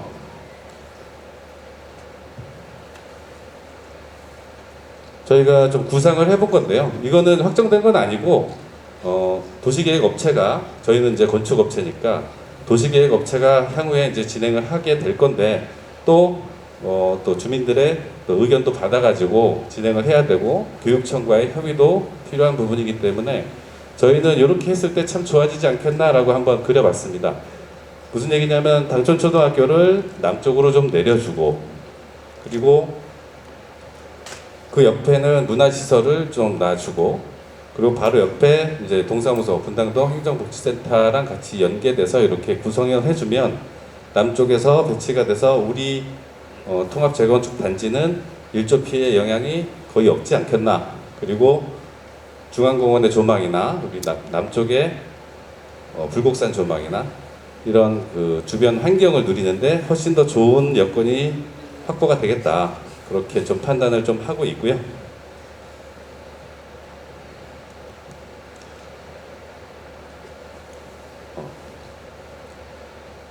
예, 그렇게 해서 토지이용 계획을 조정을 했을 때 우리가 이제 용적률 계획에 대한 부분을 좀 감안을 해 볼 수가 있겠습니다. 아까 용적률 그 도시기본계획에서 나온 용적률 체계에 대해서 간단하게 아까 말씀드린 걸로 알고 있는데 조금 더 설명을 좀 드리면 자, 용적률 체계는 이렇습니다. 기존의 종전 용적률을 기준으로 해서 용적률 체계가 정해진다. 종전 용적률이라는 게 뭐냐면 다른 데는 없습니다. 다른 이제 일반 재건축 단지에는 없고 우리 노후도시특별법을 적용받는 우리 샛별 마을에만 적용될 수 있는 그런 기준인데요. 종전 용적률이라는 건 기존의 소유주분들이 가지고 있던 아파트의 평균 용적률을 종전 용적률이라고 하죠. 그래서 4개 단지 통합한 우방 라이프 3부 동성화 아파트 같은 경우에는 평균 178.5%가 종전 용적률이 될 거고요. 그리고 밑에 이제 현대빌라는 그거보다 좀 낮아서 85.2%가 종전 용적률이 되겠죠. 그래서 위에 4개 단지 통합된 단지와 밑에 이제 현대빌라는 용적률 체계가 조금 다릅니다. 종이 좀 다르기 때문에. 그래서 기존의 178.5%에서 우리가 기준 용적률까지는 1구간이라고 하죠. 1구간까지는 326%까지 공공기여 10%만 하면 326%까지는 줄게 이런 뜻이고요. 326%에서 400%까지 올라가는 2구간까지는 공공기여 비율이 확 올라갑니다. 41%. 그래서 2구간에서 450%까지 올라가는 구간은 50%를 또 추가적으로 기부 체납을 해야 되는 부분이죠. 50%라고 하면 이것까지 설명하면 너무 길기 때문에 올라갈수록 공공기업 비율이 좀 늘어난다. 그래서 무작정 올리는 게 좋은지 나쁜지 실익을 좀 따져봐야 된다라고 이해하시면 될 것 같고, 그럼 450%까지 올려주면 우리 일반 분양 분담금도 줄어들겠네라고 하시겠지만 단점이 하나 있죠. 아파트가 빡빡해지고 아파트 집 가치가 떨어지면 올리지만 못한 상황도 생길 수도 있고요. 그리고 그만큼 공공기여도 많이 해야 되기 때문에 득보다 실이 더 많을 수도 있다. 이런 또 판단도 쓸 수 있겠죠. 그래서 저희는 한 350% 정도가 적당하지 않겠나라고 판단을 했었던 것이고, 그래서 그 기준으로 저희가 사업계획을 좀 잡아봤습니다. 그래서 공공기여 비율은 10%에서 조금 더 낼지 아니면 이렇게 못 박을지 그런 것들은 향후에 토지이용계획을 진행하면서 특별정비계획을 수립을 하면서 확정되는 부분이다, 이렇게 이해하시면 될 것 같습니다. 자, 그럼 공공기여를 어떤 방식으로 할 거냐. 공공기여는 아까 보는 어떤 그 구간별 공공기여 비율을 정할 때는 금액으로 정하고요. 그 금액에 상당하는 땅을 줄 건지 아니면 공원을 지어줄 건지 도로를 내줄 건지 아니면 이런 문화시설이나 공공시설을 지어줄 건지 그걸 다 돈으로 환산해서 제공하도록 되어 있습니다. 그래서 방법은 그림이 좀 잘 안 보이는데 이제 도로 까맣게 된 건 뭐 도로로 기부채, 도로를 좀 더 넓혀줘서 도로로 기부채나 방법이 있을 거고, 단공공원 하부에 뭐 공영주차장, 우리 분당중앙공원 이용하시는 분들이 많다 하니 그분들한테 제공하는 공영주차장을 단공공원 하부에 지어주는 그런 방식도 있을 수 있고요. 뭐 문화시설을 지어주는 방법도 있을 수 있기 때문에 이런 것들을 다 적용해서 토지이용계획을 특별정비계획을 수립하는 그런 절차가 되겠습니다. 자, 그러면은 우리 과연 얼마나 지을 건데, 그러면 우리가 지금 몇 세대인지 좀 알아야 되잖아요. 지금 우방 라이프 3부 동성 통합을 했을 때 전체 세대수는 현재 2,777세대가 현재 소유주분들이 가지고 계시고요. 현대빌라는 66세대 큰 평형으로 이제 구성되어 있죠. 그래서 전체 합치면 2,843세대가 현재 구성이 되어 있습니다. 샛별마을에. 또 다양한 이런 20평대부터 66평까지 다양한 평형대로 현재 소유하고 계시잖아요. 자, 재건축을 하는 이유는 집이 더 좋아지거나 더 평형이 업그레이드 돼서 더 커지거나 더 넓어지거나 뭐 이런 것들을 원하시죠. 또 재산 가치를 또 증식하기 위해서 우리가 내 재산이 좀 늘려가기 위한 여러 가지 이제 방법을 생각하실 텐데 필요에 따라서는 어느 분들은 이제 난 좀 줄여갈래. 돈이 없으니까 분담금 낼 돈도 없어. 줄여갈래 하시는 분들도 있을 거고, 굳이 큰 집에 살 필요 없어라고 하시는 분들도 계실 거예요. 근데 기본적으로는 내가 강제적으로 줄여가는 거는 막아야 되지 않겠어요? 그쵸? 내가 동일한 수준으로 가거나 아니면 더 키워가는 거는 기본적으로 확보를 해놓고, 줄여가는 건 내가 선택할래 하시는 게 제일 좋잖아요. 그게 평형 설계를 업그레이드하는 게 방식입니다. 그래서 보시면은 20평대 소유주분들이 한 500세대 정도 되시고요. 그러면 20평대 소유주분들이 20평대만 갈 필요는 없죠. 30평대로 늘려가고 싶잖아요. 30평대로 늘려갈 수 있도록 하는 세대 수를 695세대 정도로 확보가 가능하겠다. 이렇게 구성을 한 겁니다. 350%라는 용적률 하에서. 26평에서 30평 사시는 분이 358세대가 되는데, 그분들도 34평은 가야지, 내가 억지로 더 줄여갈 필요는 없잖아 보면, 그분들도 한 800세대, 890세대 정도로 여유있게 또 확보를 해놓는 방법이 이제 평형 설계를 이렇게 구성할 수 있겠다라는 거예요. 그래서 전체적으로 동일 평형 이상으로 다 확보가 될 수 있도록 구성을 해보니, 이렇게 각 평형별로 세대 구성이 나올 수 있을 것 같다라고 판단이 됩니다. 그래서 전체적으로 보면 우방 삼보 라이프 동성 쪽의 통합 재건축 단지는 3종 주거 지역에서 용적률 350%까지 확보가 가능했을 때, 지상 49층에 350%, 전체 세대수는 4,342세대가 구성이 가능합니다. 전체적으로 평형대를 키워감에도 4,300세대가 확보가 되고, 기존의 소유주분들 빼면 1,565세대가 일반 분양으로 나올 수 있습니다. 물론 이거는 굉장히 기부 체납에 대한 부분이 아직 확정되지 않았기 때문에 공공기여에 대한 부분에 따라서 일부 변화는 생길 수 있어요. 그런데 지금 현재 보유한 땅만으로도 충분히 이 정도 세대수는 이제 확보가 되겠다, 이렇게 검토가 됐습니다. 자, 그리고 현대빌라는 종이 달라요. 2종이기 때문에 용적률 체계가 좀 다르죠. 그래서 좀 달리 계산을 해야 됩니다. 현대빌라는 66세대가 소유주분들이 계시죠. 근데 건축 규모는 저희가 거기가 그 산록변이고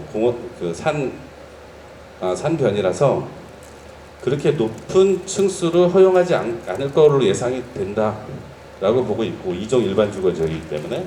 그래서 지상 30층까지를 계획 기준으로 받고, 용적률은 275%로 봤습니다. 그렇게 했을 때 211세대로 구성이 가능하고, 기존 소유주분들이 큰 평형을 가져가실 거고, 추가로 145세대가 일반 분양분이 추가로 발생이 되더라. 그래서 두 개 합치면 전체 4,500세대가 넘는 대규모 대단지 프리미엄의 그런 사업성을 확보할 수 있을 것 같습니다. 자, 말씀드린 것처럼 전 소유주님들이 평형 선택은 업그레이드 시켜줄 수 있도록 가능할 것 같고요.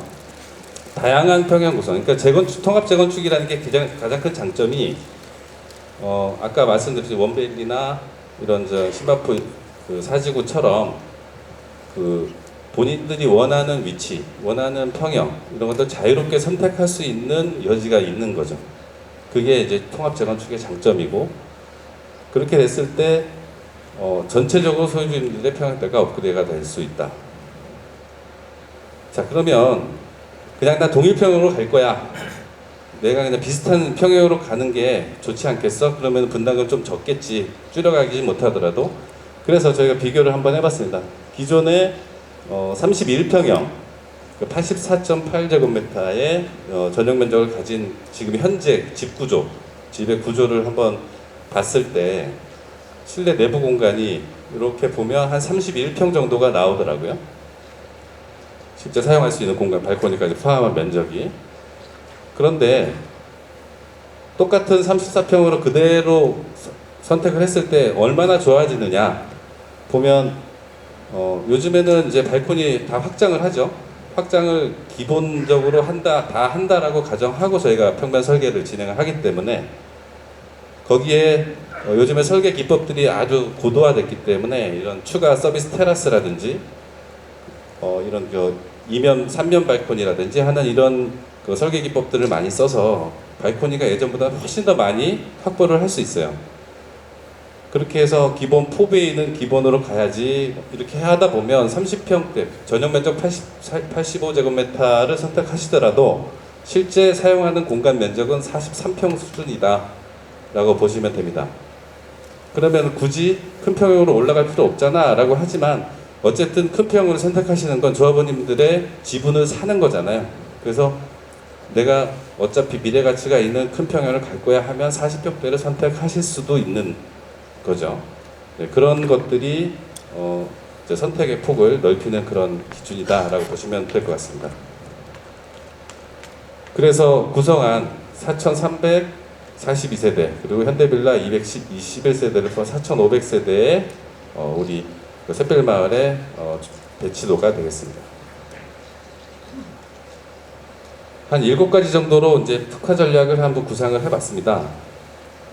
100% 남양, 이거는 페이지 넘기면서 설명드리겠습니다. 뭐 기본적으로 100% 남양은 기본이겠죠. 대신에 기존에 동수가 상당히 많았잖아요.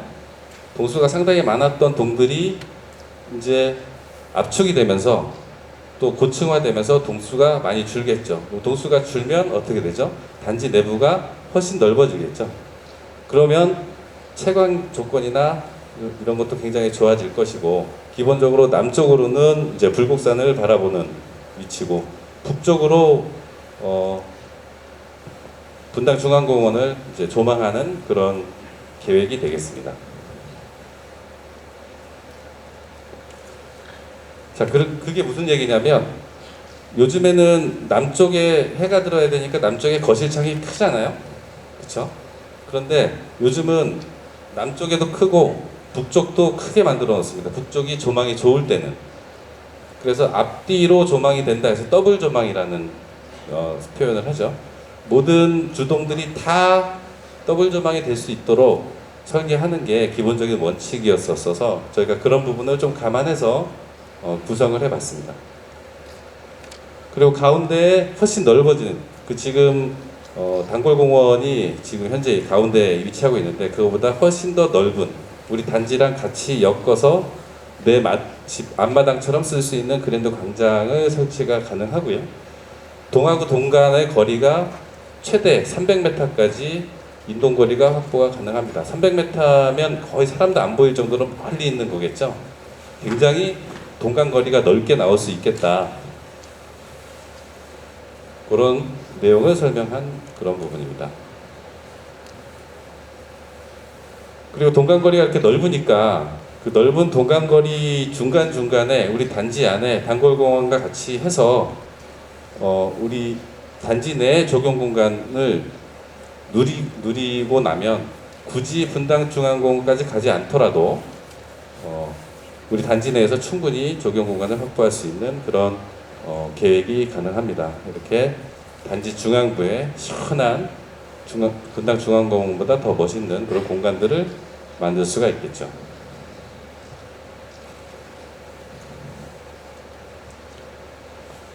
그리고 우리 단지 전체를 쭉 한 바퀴 돌면서 산책도 가능하겠죠. 한 바퀴 쭉 돌아보니 걸어서 1.5km 정도의 산책로가 확보가 가능합니다. 그래서 각각 그 산책로에서 학교 쪽으로 또 분당중앙공원으로 불곡산 아니면 저 맹산공원 쪽으로 쭉 이어지는 그런 그 보행 체계가 구성이 가능합니다. 또 커뮤니티 시설도 굉장히 중요한 부분이죠. 그래서 가운데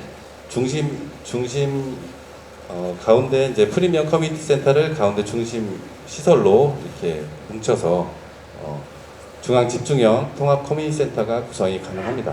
그리고 이쪽 그 현대빌라도 단지 중앙부에 우리 공원하고 연계될 수 있도록 하는 위치에 커뮤니티 시설이 개별적으로 설치가 가능한 그런 계획입니다. 그리고 우리가 이제 층고, 천장고도 되게 중요한 요소가 됐어요, 요즘에는. 그리고 지금 살고 계시는 집의 천장고가 얼마인지 혹시 아시는지 모르겠네요. 한 2.2m 정도 아마 될 겁니다. 2.2m. 그런데 새로 짓는 아파트 신축 근처에 신축 아파트도 한 2.3m 정도가 기본이었죠. 근데 지금 강남권에서 재건축해서 지금 진행되고 있는 아파트들은 보통 2.4m가 기본이고 2.5m까지도 또 아크로 리버파크 같은 경우는 그래도 높아서 2.6m까지 천장고를 확보를 합니다. 천장고가 높다는 건 집이 훨씬 더 높아 보이고 넓어 보이는 그런 뜻이거든요. 저희가 계획을 해보니 2.7m, 천장고가 2.7m까지도 확보가 가능하다. 그러면 실제로 다른 옆에 단지에서 봤을 때도 이 집은 들어갔더니 뭐 왜 이렇게 넓어 보이나 이런 아마 얘기를 아마 듣게 되실 겁니다. 그래서 최대한 이런 높은 천장고를 확보할 수 있도록 계획이 가능하고요. 몇 가지 저희가 계획을 하면서 요소를 몇 개 잡은 게 코아, 아까 이제 장수명 주택도 좀 고려해야 되지만 코아 계획이나 우리 1층 로비 계획이나 이런 것들을 어느 염두에 둔 배치안입니다. 그래서 보면 호텔식 로비는 기본이고요. 요즘에는 이제 택배나 배달 같은 걸 많이 하시잖아요. 그래서 배달원 전용, 택배원 전용 별도의 엘리베이터를 1층에 따로 구성을 하고 입주민들은 승용 엘리베이터를 별도로 입주민 전용 엘리베이터를 구성하는 이 동선이 구분이 됩니다. 네, 그런 것들을 감안한 이제 주동 계획을 적용을 했고요. 장수명 주택을 해야 되기 때문에 반드시 기둥식 아파트로 적용을 해야 됩니다. 기둥식 아파트는 추가적으로 기둥식 하게 되면 내부의 공간 변화를 굉장히 자유롭게 할 수 있겠죠. 거기에다가 추가로 층간소음이 상당히 많이 감소가 됩니다. 기둥식으로 적용하게 되면. 그래서 층간소음 없고 튼튼한 기둥식 아파트가 적용되도록 구성을 해봤습니다. 그리고 아까 보셨던 그 배치안은 1층이 하나도 없다고 보시면 돼요. 1층이 하나도 없고 전체 주동이 다 싹 피로티 계획으로 되어 있습니다. 그래서 한 6m 정도의 피로티로 구성이 되고 있기 때문에 최하층 세대를 선택하셔도 지금 살고 계신 아파트의 한 3층 높이부터 최하층 1층이 시작이 된다. 그래서 1층에 그 피로티는 뭘로 쓰냐? 조경 공간으로 활용을 하겠죠. 단위세대 평면 계획이 되게 중요한데 사실 아까 말씀드렸듯이 이거는 확정된 계획안은 아니고 오늘 배치안에 적용한 단위세대 그리고 저희 나우도인 건축이 지금 계속 개발하고 있는 신평면 계획에 대한 설명을 추가로 설명을 드리려고 합니다. 앞으로 이 샛별마을이 재건축이 되면 선도지구로서의 값어치를 하기 위해서는 모든 면에 다 뛰어나야 되거든요. 그 중에서도 제일 뛰어나야 될 게 소유주님이 사셔야 된 아파트 내부 공간이잖아요. 그 부분에 대해서 간단하게 설명드리겠습니다. 우리가 조망이 되게 중요한 아파트죠. 우리 아파트는 분당중앙공원 앞에 넓은 이제 단지 내 정원도 있을 것이고 멀리는 이제 단골공원까지 하는 조망이 되게 중요한 그런 아파트이기 때문에 조망을 극대화하는 그런 설계가 반영이 돼야 되려면 3면의 발코니 그리고 이 3면의 발코니는 추가적으로 서비스 면적이 많아지기 때문에 집의 같은 면적이라도 훨씬 더 넓어지는 공간이 생긴다. 그리고 최대 베일을 확보를 해야 된다. 베일이라는 게 혹시 뭔지 아시나요? 우리가 칸이라고 하죠. 칸. 그래서 안방 한 칸, 거실 한 칸, 애들방 한 칸, 이 칸들이 다 남쪽의 면에 있는 거. 또는 한쪽 면에 칸들이 여러 칸이 있는 거. 이 칸이 많으면 어떻게 되죠? 서비스 면적이 발코니가 엄청 많아지죠. 그 앞에 다 1.5m씩 발코니를 낼 수가 있으니까. 그래서 베이수를 늘리는 건 집이 훨씬 더 넓어지는 효과를 가진다. 그렇게 이해하시면 될 것 같습니다. 그리고 아까 말씀드린 기둥식 구조를 적용하니까 다양한 공간 변화를 하게 되죠. 그리고 요즘에는 아시다시피 애들을 좀 많이 낳지 않아요. 그리고 어르신들도 애들이 없으니까 방 조그만 집이면 돼 라고 하지 않아요. 요즘은. 그래도 나는 집이 넓어야 돼. 대신에 방들은 내가 원하는 방이어야 돼 라고 생각하시는 거예요. 그러니까 어르신 두 분이 사신다 해서 집을 줄여서 가는 트렌드가 아니다. 그거를 잘 이해를 하셔서 그런 신평면 트렌드는 그런 것들을 반영한 평면 설계가 구성이 됩니다. 자, 24평부터 잠깐 보실까요? 24평은 기본적으로 포비 구조는 가져가야죠. 전용 면적 59제곱미터죠. 24평 예전에 24평하고는 좀 다릅니다. 저희가 설계를 하더라도 보시면 24평에서 그동안 보지 못했던 전면에 테라스 공간이 있어요. 이건 무슨 얘기냐면 발코니 다 확장하고도 그 앞쪽에 추가적인 공간이 또 있다. 그래서 모든 세대가 테라스를 다 가질 수 있도록 설계를 하려고 합니다. 또 24평 구조 보시면 뒤쪽에 조그맣게 서재도 하나 있습니다. 물론 컴퓨터 책상 정도 놓을 수 있는 공간이 되겠지만 나중에 그걸 드레스룸으로 활용할 수도 있고요. 화장실도 제대로 샤워부스까지 다 갖춘 제대로 된 화장실이 2개씩 다 확보가 되는 그런 구조에 요즘 이제 코로나 시대를 거치고 나서 현관에서 이제 위생을 중시하기 때문에 저희가 현관에 보시면 원스톱 팬트리라는 게 구성이 돼요. 그 현관에 들어가서 요즘에는 이제 아이들이 어릴 텐데 24평이면 아이들이 들어와서 바로 현관에서 손 씻고 들어갈 수 있도록 현관에다가 이제 세면대를 놓고 스타일러를 배치를 하고 그래서 외투를 바로 걸어놓고 집에 들어갈 수 있도록 하는 그런 클린룸 계획이 이제 반영이 돼 있는 설계입니다. 그리고 현관에서 바로 주방으로 이어지는 동선이 나올 수 있도록 하는 그런 주부 동선을 계획한 그런 계획이 되겠습니다. 요게 원스톱 팬트리에 이제 세탁기도 있고 그 스타일러도 있고 하는 것들이 이제 여기 다 대체가 되어 있죠. 그 손 씻는 곳도 있고요.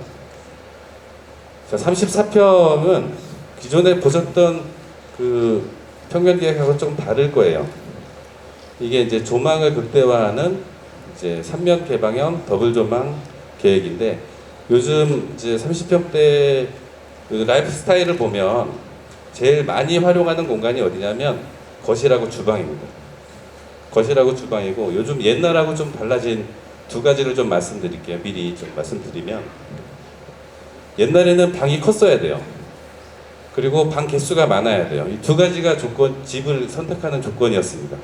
왜냐면 안방에 들어갈 게 많죠. 문갑 놔야지, 서랍장 놔야지, 뭐 화장대 놔야지, 침대 놓고 뭐 TV 다이도 놔야 되고 그러다 보면 방이 커야 돼요. 안방 들어가면 안방 왜 이렇게 작아 막 이렇게 하시잖아요. 마음에 안 들어 하시고 지금은 그런 것들을 다 놓지 않습니다. 딱 침대 하나만 놔요. 침대 하나만 놓고 TV를 놔야 되는 벽걸이 하나 딱 벽에 붙여놓고 나머지는 아무것도 없어요. 다 어디 있느냐? 뒤에 드레스룸에 있죠. 별도의 수납 공간에 다 들어갑니다. 화장대랑 별도로 다 안으로 숨겨놓고 침대만 딱 놓는 게 요즘 트렌드예요. 그래서 방은 컴팩트하게 들어가요. 대신에 주방하고 거실은 굉장히 고도화됩니다. 조망이 극대화되고 밥 먹으면서 밖에 쳐다봐야 되고 거실은 한 면이 아니라 2면, 3면 이렇게 조망이 돼야 되는 그런 구조를 만들어주는 게 요즘 우리 분당 중앙공원을 끼고 있는 샛별마을에 적용해야 될 그런 아파트다 보시면 될 것 같습니다. 바다가 보이네요. 좀 거짓말이죠. 근데 이렇게 이제 3면으로 볼 수 있는 조망이 거기다 천정고까지 높으니까 굉장히 좋은 그런 조망을 확보할 수 있을 겁니다. 요즘 하시겠습니다.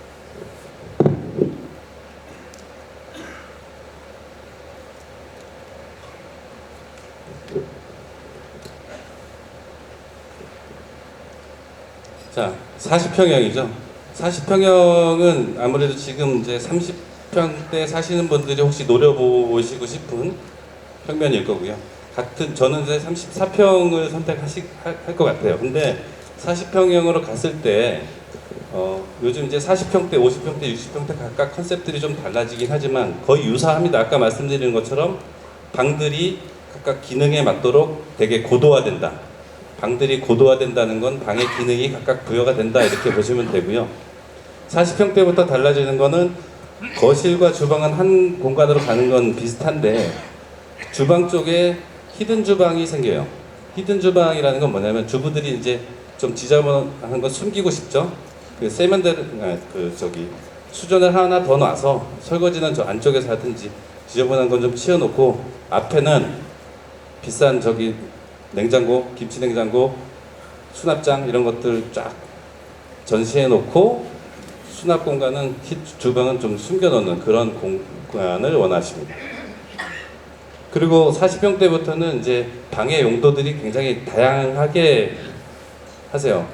애들이 셋이 있으니까 방이 3개가 있어야 돼 라고 하면 애들 방을 3개를 하거나, 애가 둘인데 하나는 지금 저기 뭐 예능 준비를 해야 돼 그래서 피아노 방이 필요해 라고 해서 필요한 이제 멀티룸이 애들 방 사이에 들어가는 형태도 가능하고요. 그리고 애들이 옷이 많으니까 저 멀티룸 하나를 반으로 쪼개서 옷장으로 쓸 수 있겠죠. 그래서 아이들을 위한 공간과 부부를 위한 안방 공간이 다 구분되는 형태의 평면 구성이 가능하겠습니다. 여기에 거실하고 연계된 이제 포켓 테라스에 대한 부분이고요. 여기에 전면에 거실에 연계된 이런 테라스가 있죠. 이런 것들이 이제 모든 세대에 들어갈 수 있는 그런 계획입니다. 이렇게 거실에서 바깥으로 볼 수 있는 이제 테라스 공간을 예시로 보여드릴 수 있겠고요. 50평형대죠. 50평형대 뭔가 이게 막 복잡한 것 같은데 이게 무슨 의미냐면 50평대 어르신들이 이런 얘기를 하죠. 나는 애들이 다 출가했으니까 작은 집에 가서 살아야 돼. 청소하기도 힘들고 요즘은 로봇가 다 청소하니까 우리는 집이 좀 커져야 돼. 왜? 손님 오면 재워야 되고 나는 마누라랑 안 잘 거니까 내 방이 따로 있어야 돼. 그래서 보면 화장실, 알파룸, 드레스룸이 별도로 구성된 별도의 안방이 하나 더 있고요. 이쪽에는 제대로 된 안방이 하나 더 있고요.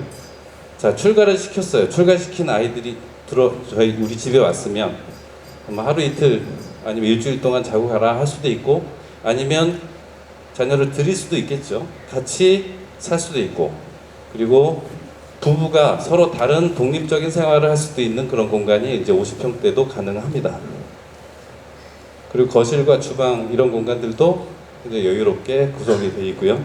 주방하고 연계된 별도의 이제 테라스 공간이 구성이 돼서 손님이 오면 그러니까 앞으로 우리가 나이가 들어서 과연 작은 집에서 손님을 모실 거냐 아니다. 우리 집이 좀 그래도 공간을 갖춰 놓고 제대로 손님을 맞이할 수 있는 그런 공간, 이런 공간에서 이제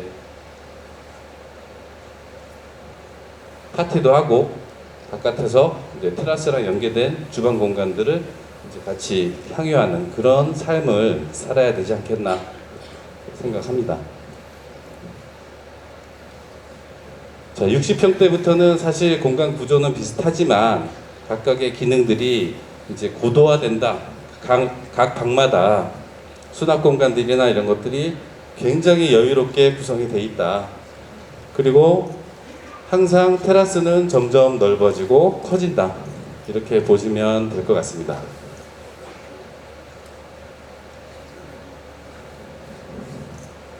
자, 이게 이제 전용 테라스의 모습이고요. 그리고 저희가 펜트하우스도 설계를 해봤습니다. 펜트하우스는 제일 큰 평형이죠. 제일 큰 평형이 제일 꼭대기층에 한 20여 세대 정도가 아마 구성이 가능할 것 같은데요. 네, 들어와서 이제 거실 공간과 안방 쪽에 별도의 거실이 따로 하나 있는 형태로 어디서 보면 한 100평 이상이 되는 그런 굉장히 큰 집이 되겠죠. 펜트하우스가 생각보다 강남에서도 최근에 재건축하는 단지에서도 굉장히 인기가 높습니다. 왜냐하면 100억 정도는 가지 않겠나 라고 예상되는 그런 아파트가 우리 집에 있어, 우리 아파트에 100억짜리 아파트가 있어 라고 하는 상징적인 요소가 되고요. 또 여유가 있으신 분들은 이런 데서 살고 싶어 하시죠. 펜트하우스에는 이제 별도의 전용 인피니티 풀, 그러니까 수영장이 별도로 딸린 그런 계획이 되겠습니다. 이게 펜트하우스 꼭대기에서 수영장을 이제 별도로 가질 수 있는 그런 평면 계획입니다.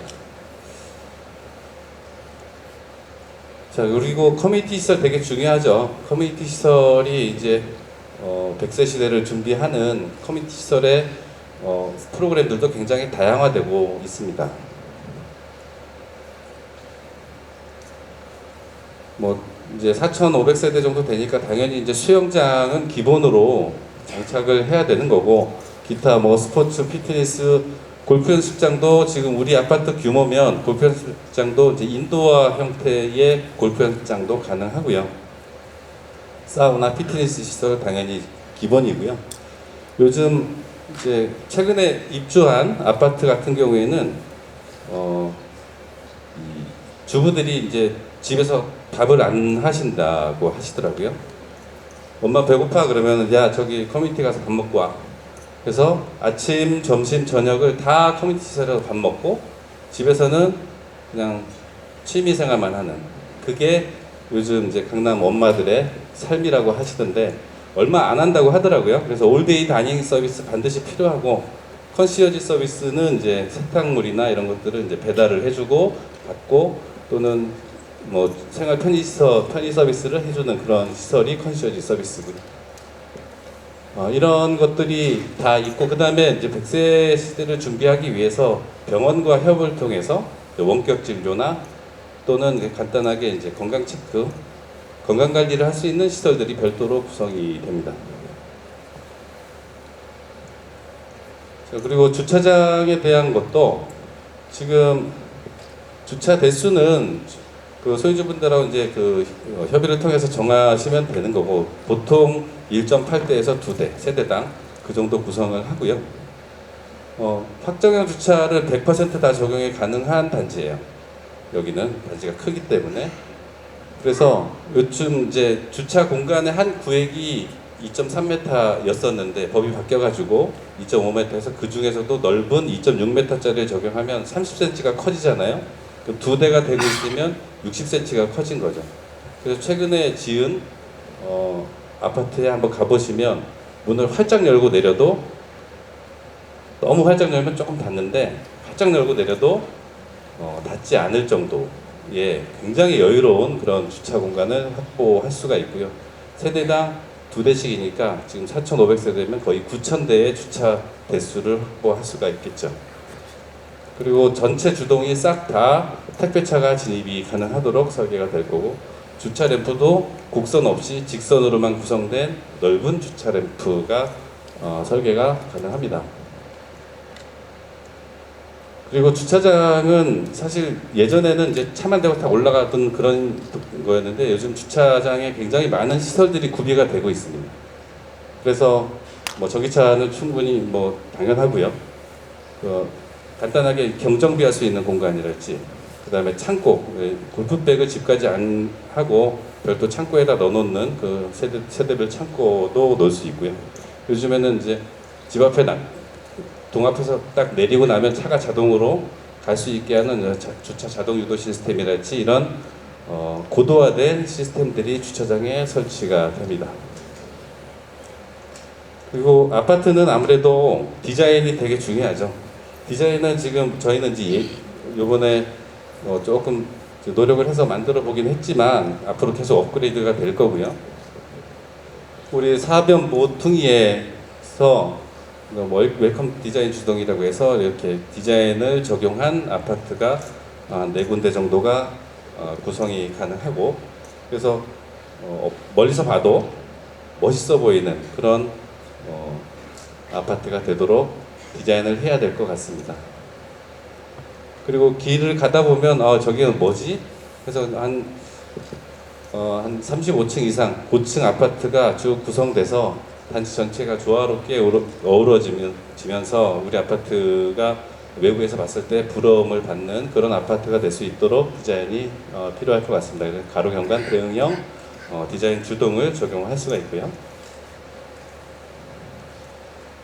그리고 가운데 49층으로 저희가 층수 스카이라인을 이제 이쪽 가로변에서부터 중앙부 이 단골공원 49층 초고층까지 쭉 스카이라인이 구성될 수 있도록 계획을 해봤습니다. 그래서 랜드마크 조망형 타워 주동이 중앙부에 구성이 되겠죠. 거기에는 이제 스카이브리지까지도 같이 계획을 해봤습니다. 이상 계획에 대해서 설명을 드렸고, 간단한 영상을 통해서 우리 이제 미래상을 좀 보실 수 있도록 하겠습니다.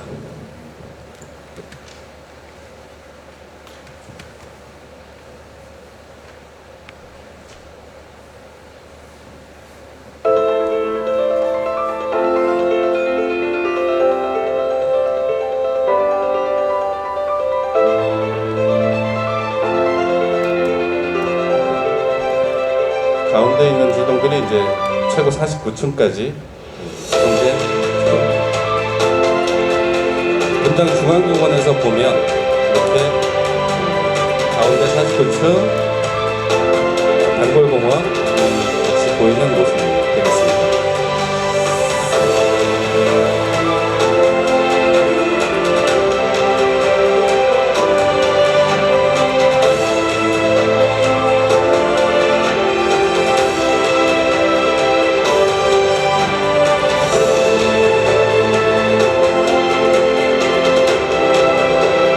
현대빌라부터 이제 중앙공원까지 가는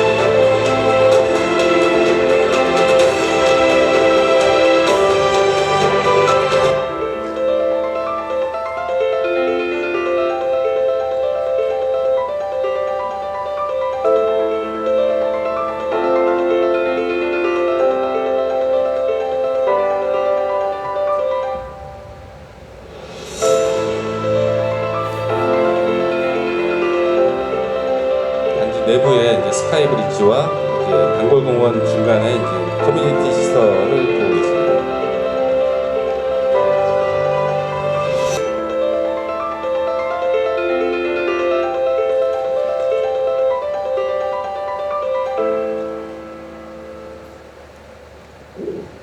정말 선도지구 선정을 진심으로 축하드립니다. 감사합니다.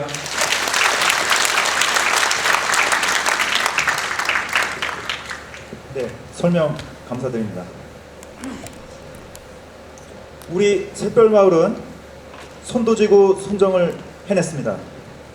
이제는 분당 내 1등 재건축을 향해 나아가고자 합니다.